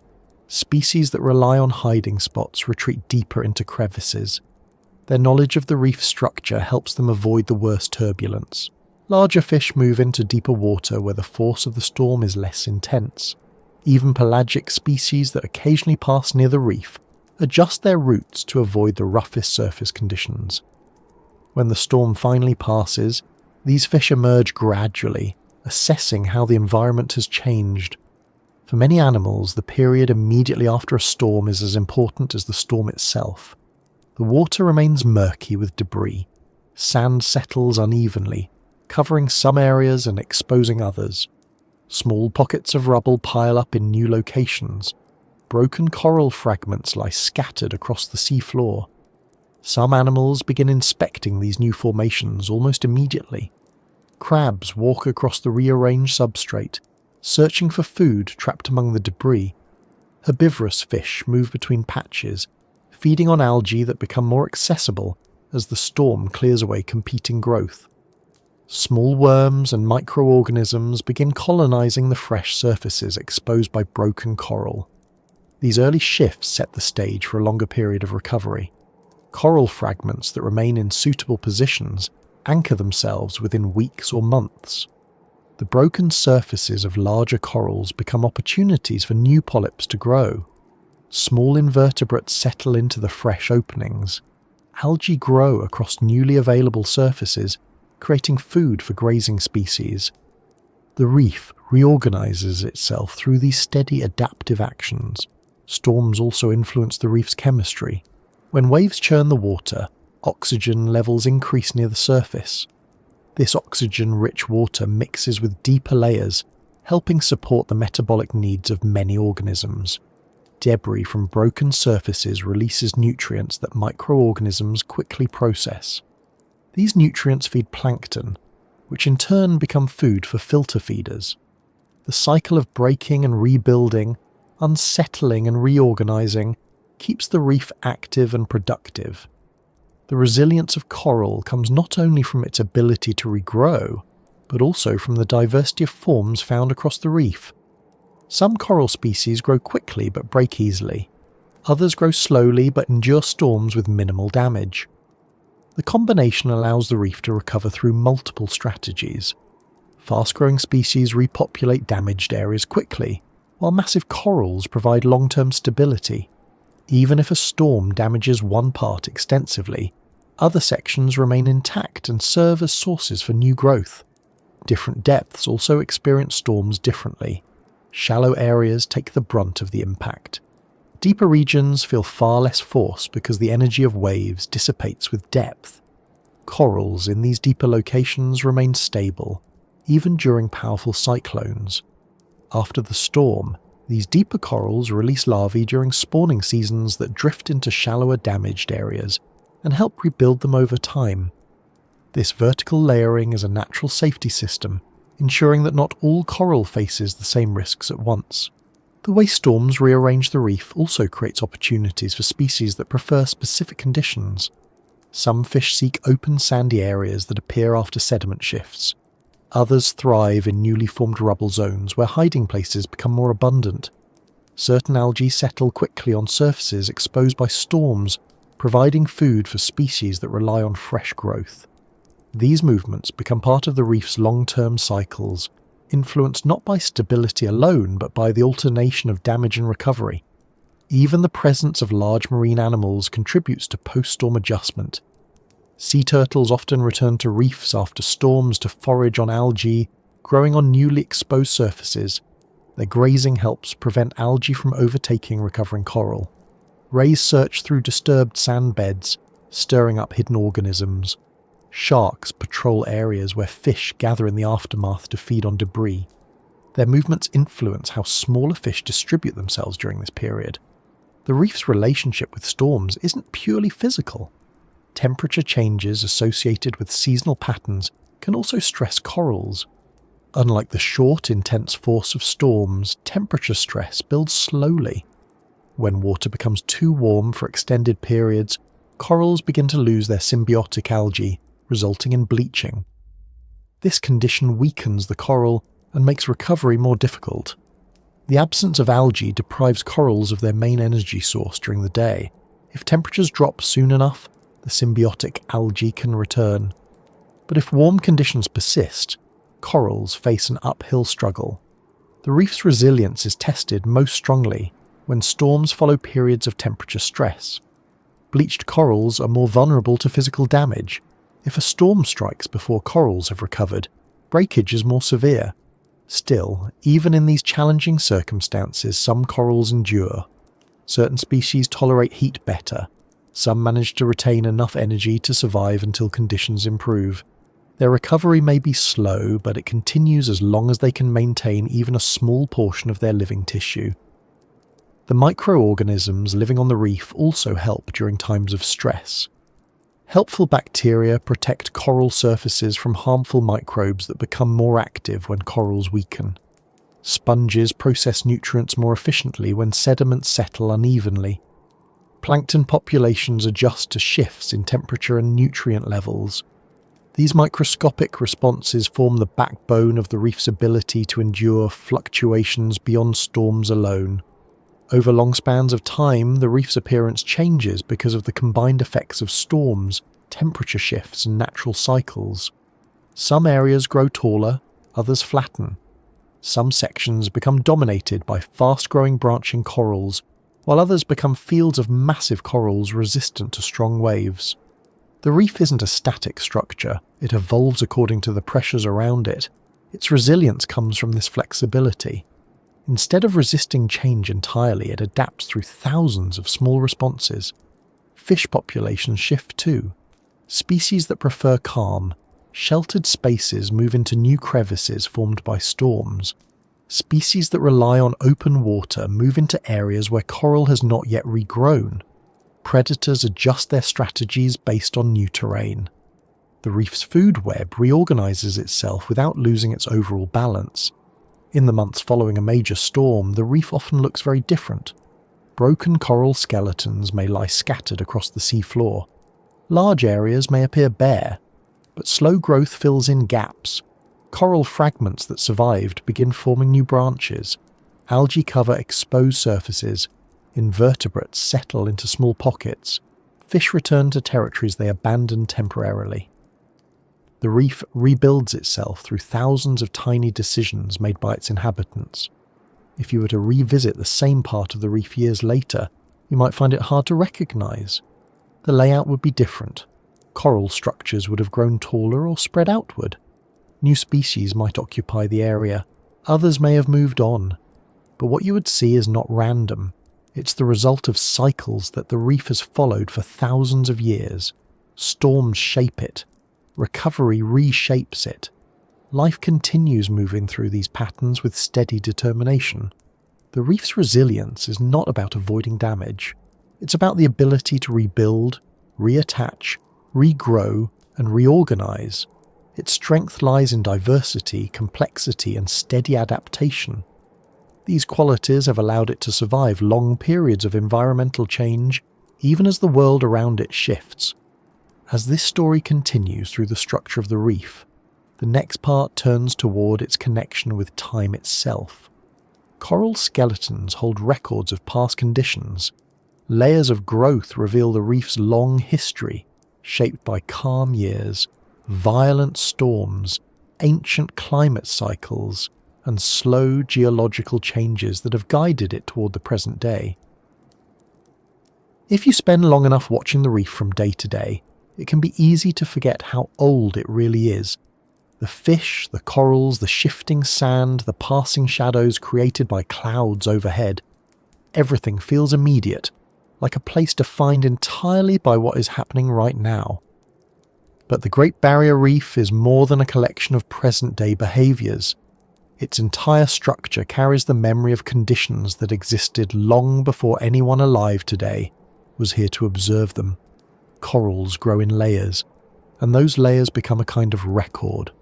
Each band of calcium carbonate, each shift in growth direction, each slow expansion of a colony holds clues to centuries of changing water temperatures, storms, currents, and chemical conditions. The reef functions as a living timeline, storing information not in written form, but in the slow accumulation of mineral structures added tiny bit by tiny bit over decades and centuries. When a coral polyp grows, it deposits a thin layer of calcium carbonate beneath itself. When the next generation of polyps grows on top, it adds another layer. Over time, these layers stack, forming the skeleton that gives each coral its shape. Different species grow in different patterns. Some build tightly packed branching forms. Others create massive rounded structures that expand outward in steady increments. Regardless of their shape, the layers inside tell a similar story.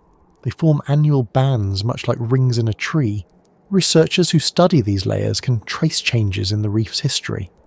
They can determine when environmental conditions were stable, when temperatures fluctuated, when storms hit, and when periods of rapid growth or decline occurred.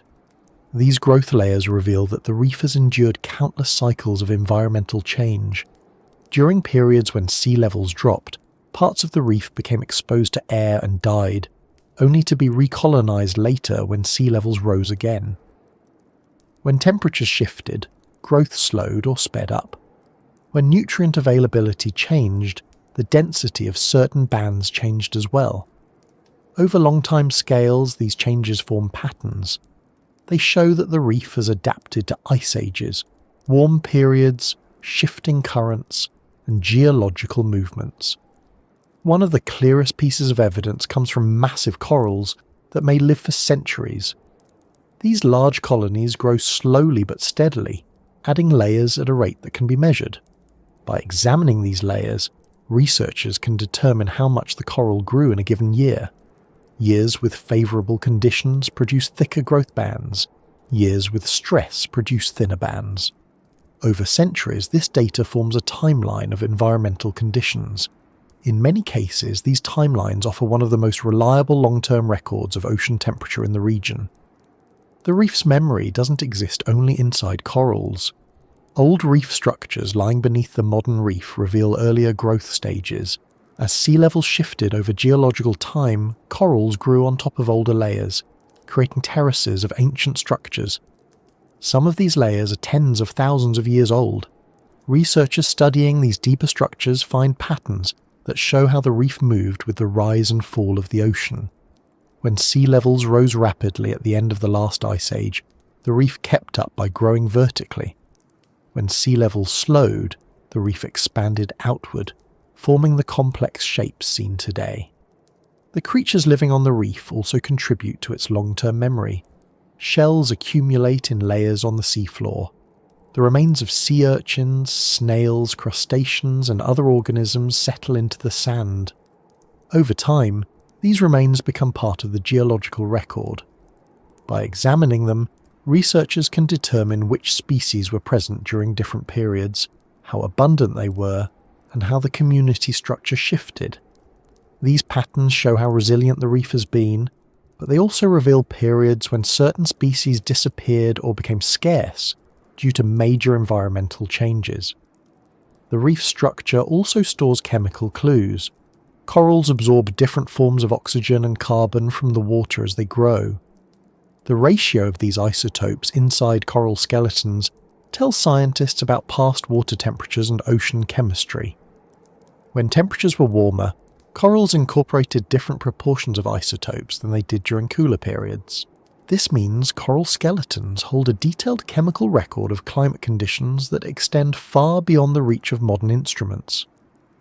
Much of what we know about the reef's earliest history comes from studying these chemical patterns.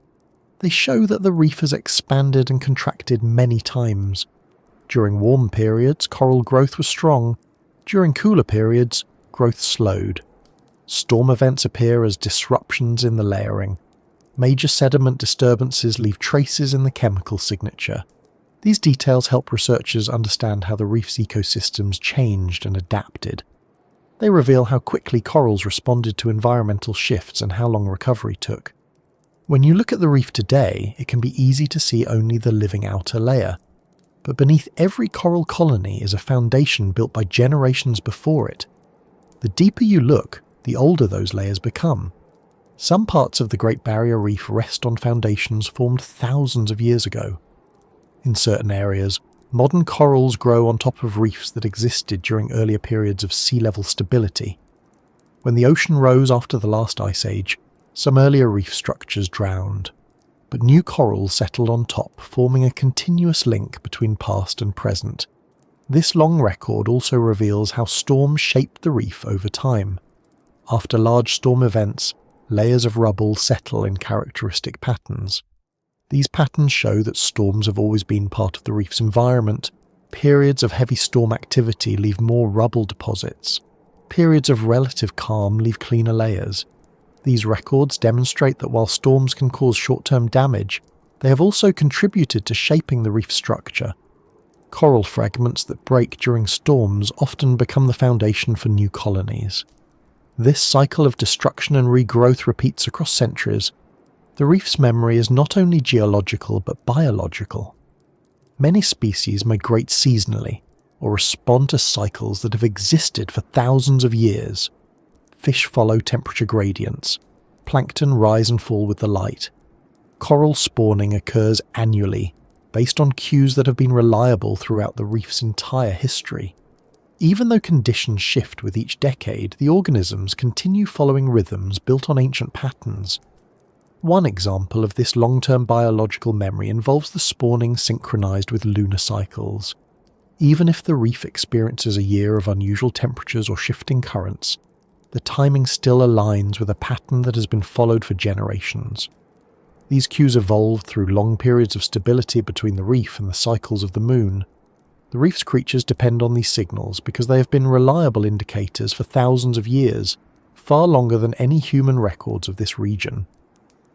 The reef's memory also influences how it responds to environmental stress.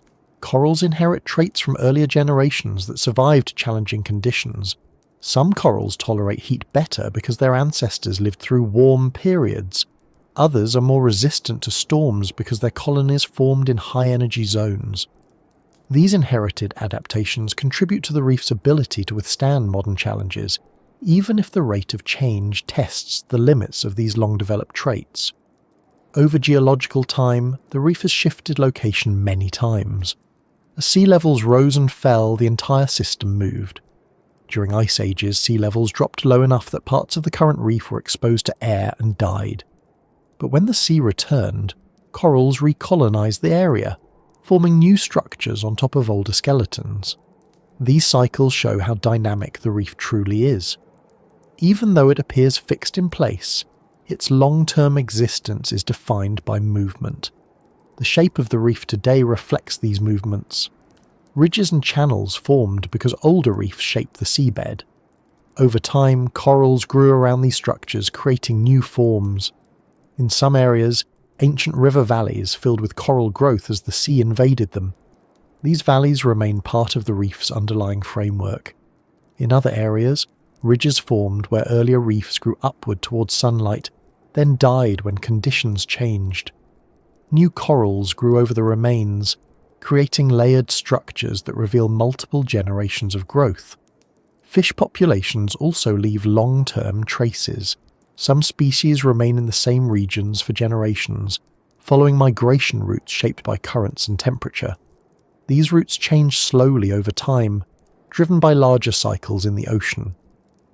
As the reef structure changes, some species shift their territories. Others remain close to specific coral formations for centuries, because those areas consistently provide shelter or food. The reef's memory becomes most visible when comparing different regions. Some areas show rapid growth and recovery, indicating a history of stable conditions. Others reveal scars of past disturbance, long periods of slow growth, rubble from storms, or layers of dead coral beneath the living structures. These differences reflect how each section of the reef experienced past climate patterns, currents, and geological changes. Even the microscopic organisms carry this long-term history. Bacteria communities change depending on temperature, nutrient levels, and water chemistry. The types of bacteria found in older layers differ from those in modern layers. These changes reflect shifts in environmental conditions over centuries. By studying them, researchers learn how the reef responded to past warming events, cooling periods, and nutrient changes. The reef's long history also influences how vulnerable it is to modern disturbances. Some regions have survived repeated temperature fluctuations and intense storms over thousands of years. These areas tend to recover more quickly. Other regions have experienced long periods of stability and may be more sensitive to sudden changes. The reef is not a uniform system. Its many sections reflect different histories, shaped by local conditions, currents, and geological structures. Understanding the reef's past helps explain why it looks the way it does today. The towering coral bommies that rise from the seafloor formed through generations of growth, layered on top of growth. The wide flat structures in shallower water were shaped by ancient reefs that grew during lower sea levels. The deep channels that cut between regions were carved by geological processes long before corals began growing there. The entire system is built on a shifting foundation created by both living organisms and natural forces. When you watch a coral colony expand outward year by year, it is easy to think of that growth as slow, but when you view the reef across centuries, the speed becomes impressive. Corals move upward or outward in ways that respond to sea level changes, light availability, and the shape of the surface beneath them. Over long periods, these small incremental shifts create large structures that define entire habitats. The reef's ability to store memory in stone-like structures gives it a continuity that stretches across eras. It has survived major shifts in climate, geological changes, storms, and variations in ocean currents. It has grown and regrown through cycles of destruction and renewal. Every fish that swims through its structures today moves through a landscape built by countless generations before it. Every coral polyp settling on a new surface builds on the work of those that came earlier. As the story continues, the final part brings this long timeline back into the present, connecting the reef's ancient memory with the lives that move through it today, and with the quiet sense of continuity carried by an ecosystem that has persisted through so many cycles of change while continuing to shape the world around it. When you've spent enough time wandering through the reef's routines, watching the animals move through their patterns, listening to the faint clicks, crackles, and steady rhythms that fill the water, something begins to shift in your sense of scale. What once looked like a busy, colourful landscape starts to feel more like an entire world with its own set of rules. The fish you've gotten used to seeing glide between coral branches start feeling familiar. The gentle rise of plankton during the twilight hours feels like a predictable part of the day. Even the shifting shadows cast by moving clouds overhead take on a certain reliability. You begin to notice small behaviours that went unseen earlier, slight changes in posture among fish when a larger predator passes, the way coral polyps retract as a shadow crosses over them, the moment when a shrimp pauses to assess a new piece of debris on the reef floor. The reef feels less like a place you are visiting, and more like a system that continues moving whether or not you're paying attention. When you reach the outer edge of the Great Barrier Reef, where coral structures begin giving way to deeper blue water, that sense of scale becomes even clearer. The reef doesn't end abruptly, it transitions. Coral formations lose some of their density. Fish communities change gradually. The shallow, sunlit areas give way to slopes that descend into deeper habitats where light fades quicker and currents move more freely. This boundary isn't a border in the usual sense. It's a region where the routines of the reef blend into the wider ocean. Here, the water feels different. The movements are slower but broader. The currents pull in long, sweeping motions influenced by tides, weather systems, and the shape of the seafloor. Schools of fish that stay tightly gathered in the central reef begin spreading into wider formations. The colours of the fish shift as well. Many species in this transitional zone display patterns suited for deeper water. Silvers, muted blues, or reflective scales that blend with the dim surroundings. Their behaviours change too. They rely less on quick darting movements between coral and more on steady swimming through open spaces. Large predators appear more frequently near this edge. Species like reef sharks patrol along these boundary zones, tracing paths shaped by both instinct and experience. They aren't here because the open water is easier to navigate. They're here because this region connects two worlds, the densely structured coral habitat and the expansive ocean beyond. Prey species travel along these edges, moving between feeding grounds and shelter. The predators follow these movements with measured timing. Their routines have adapted to the natural flow of traffic that passes through this transitional region. Coral structures still appear here, but they are spaced farther apart. Some rise from the seafloor like small towers, each one hosting its own community of fish, crustaceans and algae. Others form flat patches where corals grow low to the ground, shaped by waves that become stronger closer to the open ocean. The species that live in these corals are used to more variable conditions. They endure stronger currents, higher wave energy, and periodic shifts in visibility. Their routines accommodate these disruptions. Fish hide deeper within the coral during rough water and venture out when conditions calm. Invertebrates take advantage of strong currents to gather food delivered directly to their feeding structures. When you watch this area over the course of a day, the changes in light become more pronounced. Sunlight bends differently near the open water. The angle of the rays shifts depending on the time of day and weather patterns. As the sun moves, the reef casts long shadows into the blue.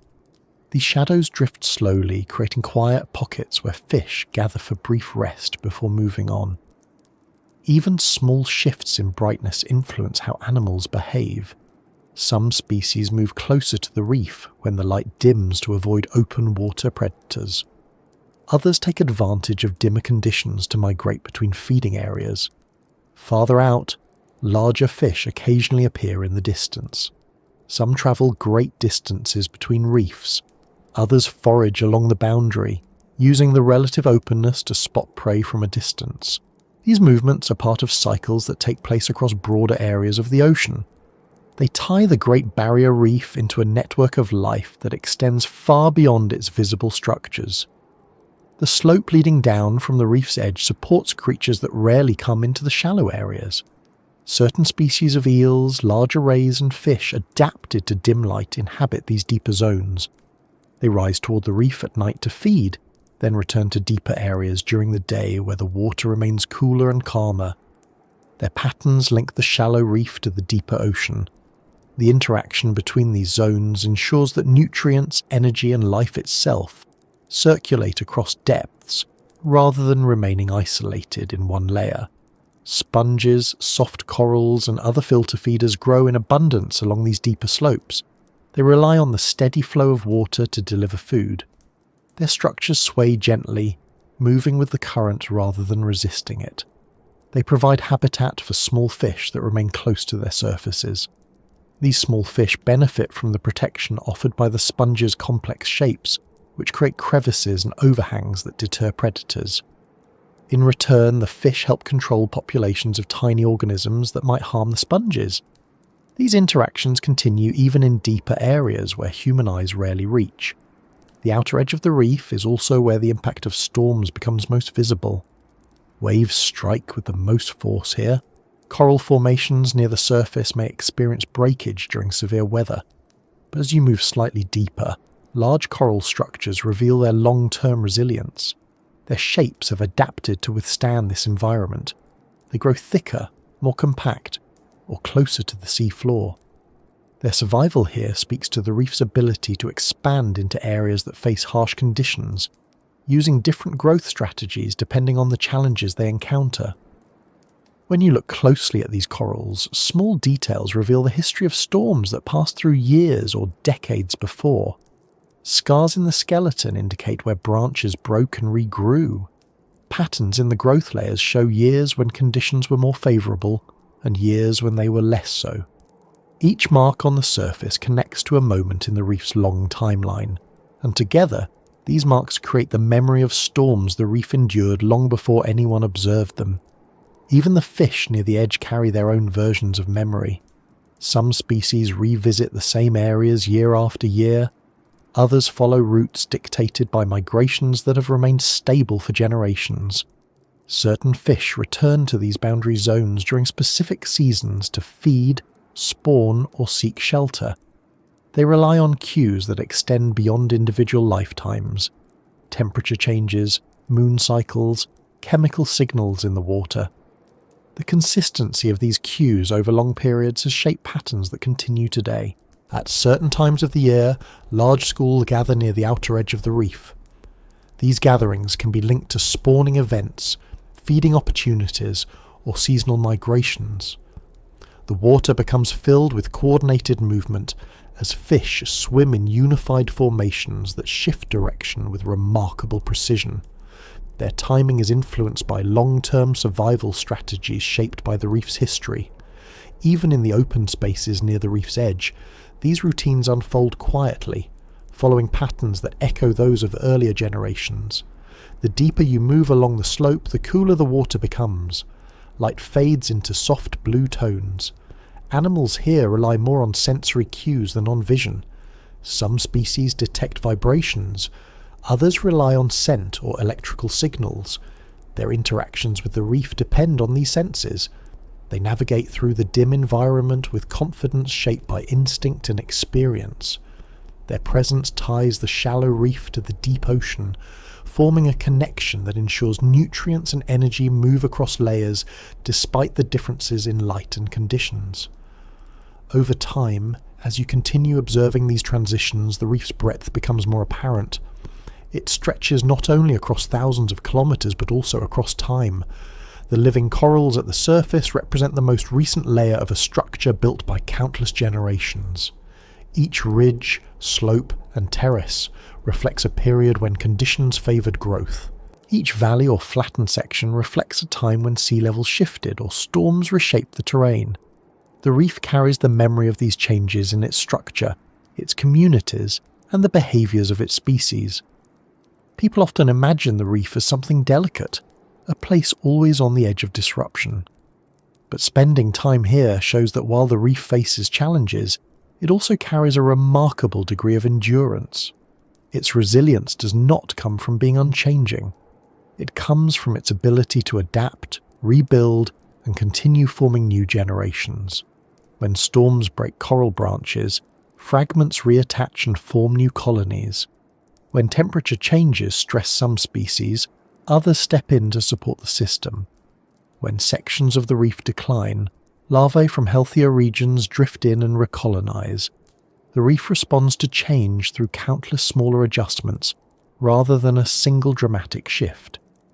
When you observe the reef from the edge, watching the water clear after a storm or the fish return after a moment of turbulence, You can see these small signs of resilience everywhere, in a broken coral fragment beginning to anchor itself, in a school of juvenile fish exploring a patch of seafloor newly cleared of algae, in the soft glow of plankton rising through the water column at dusk, in the way the reef soundscape gradually returns to its usual balance after a period of disturbance. The reef's continuity sits in these details. Its persistence is built on countless interactions playing out every hour across thousands of kilometres, each coral polyp depositing a thin layer of skeleton, each plankton cell dividing, each fish navigating a familiar route, each sponge filtering water that carries nutrients to other organisms. These small actions accumulate into something immense. They create a living structure large enough to be seen from space, yet held together by organisms so small they can pass unnoticed by human eyes. When you finally look back toward the shallow areas, where light dances more freely and fish weave between coral branches, the whole system feels connected. The hidden corridors shaped by small fish, the open slopes visited by larger predators, the deep areas where animals move through dim water, the microscopic kingdoms that keep everything balanced, all of it forms a single, continuous place. The reef doesn't exist in separate layers, but in linked networks that depend on one another. Standing metaphorically at this edge, watching the reef continue its routines, you realise that it doesn't pause or wait. It keeps moving. The fish continue feeding. The corals continue building. The plankton continue drifting. The currents continue guiding everything quietly along paths carved by time. The reef doesn't need to announce its resilience. It shows it through steady persistence, through the way it absorbs change and keeps forming new life, through cycles that have repeated for thousands of years. Even as you step back from the edge in a figurative sense, the reef keeps going. It extends far beyond what you can see in any single moment. It stretches across distances, depths and timelines that all contribute to its identity. And while you carry an impression of this place with you, the reef continues unfolding its routines without interruption. The fish you watched earlier will move through the same paths tomorrow. The coral colonies will continue growing layer by layer. The deeper slopes will continue circulating nutrients between the reef and the open ocean. The Great Barrier Reef exists as a place built on continuity. It's shaped by every creature that lives within it, from the smallest microorganisms to the largest predators. It's influenced by storms, guided by seasons and recorded in layers of calcium carbonate. It's a living structure with a memory stretching back thousands of years, yet it renews itself every day through small, steady actions happening across its vast expanse. And even though you may only witness it for a moment, the reef continues moving forward, carrying its history in its structure and its future in the lives that drift, swim, build, and grow across its living surface.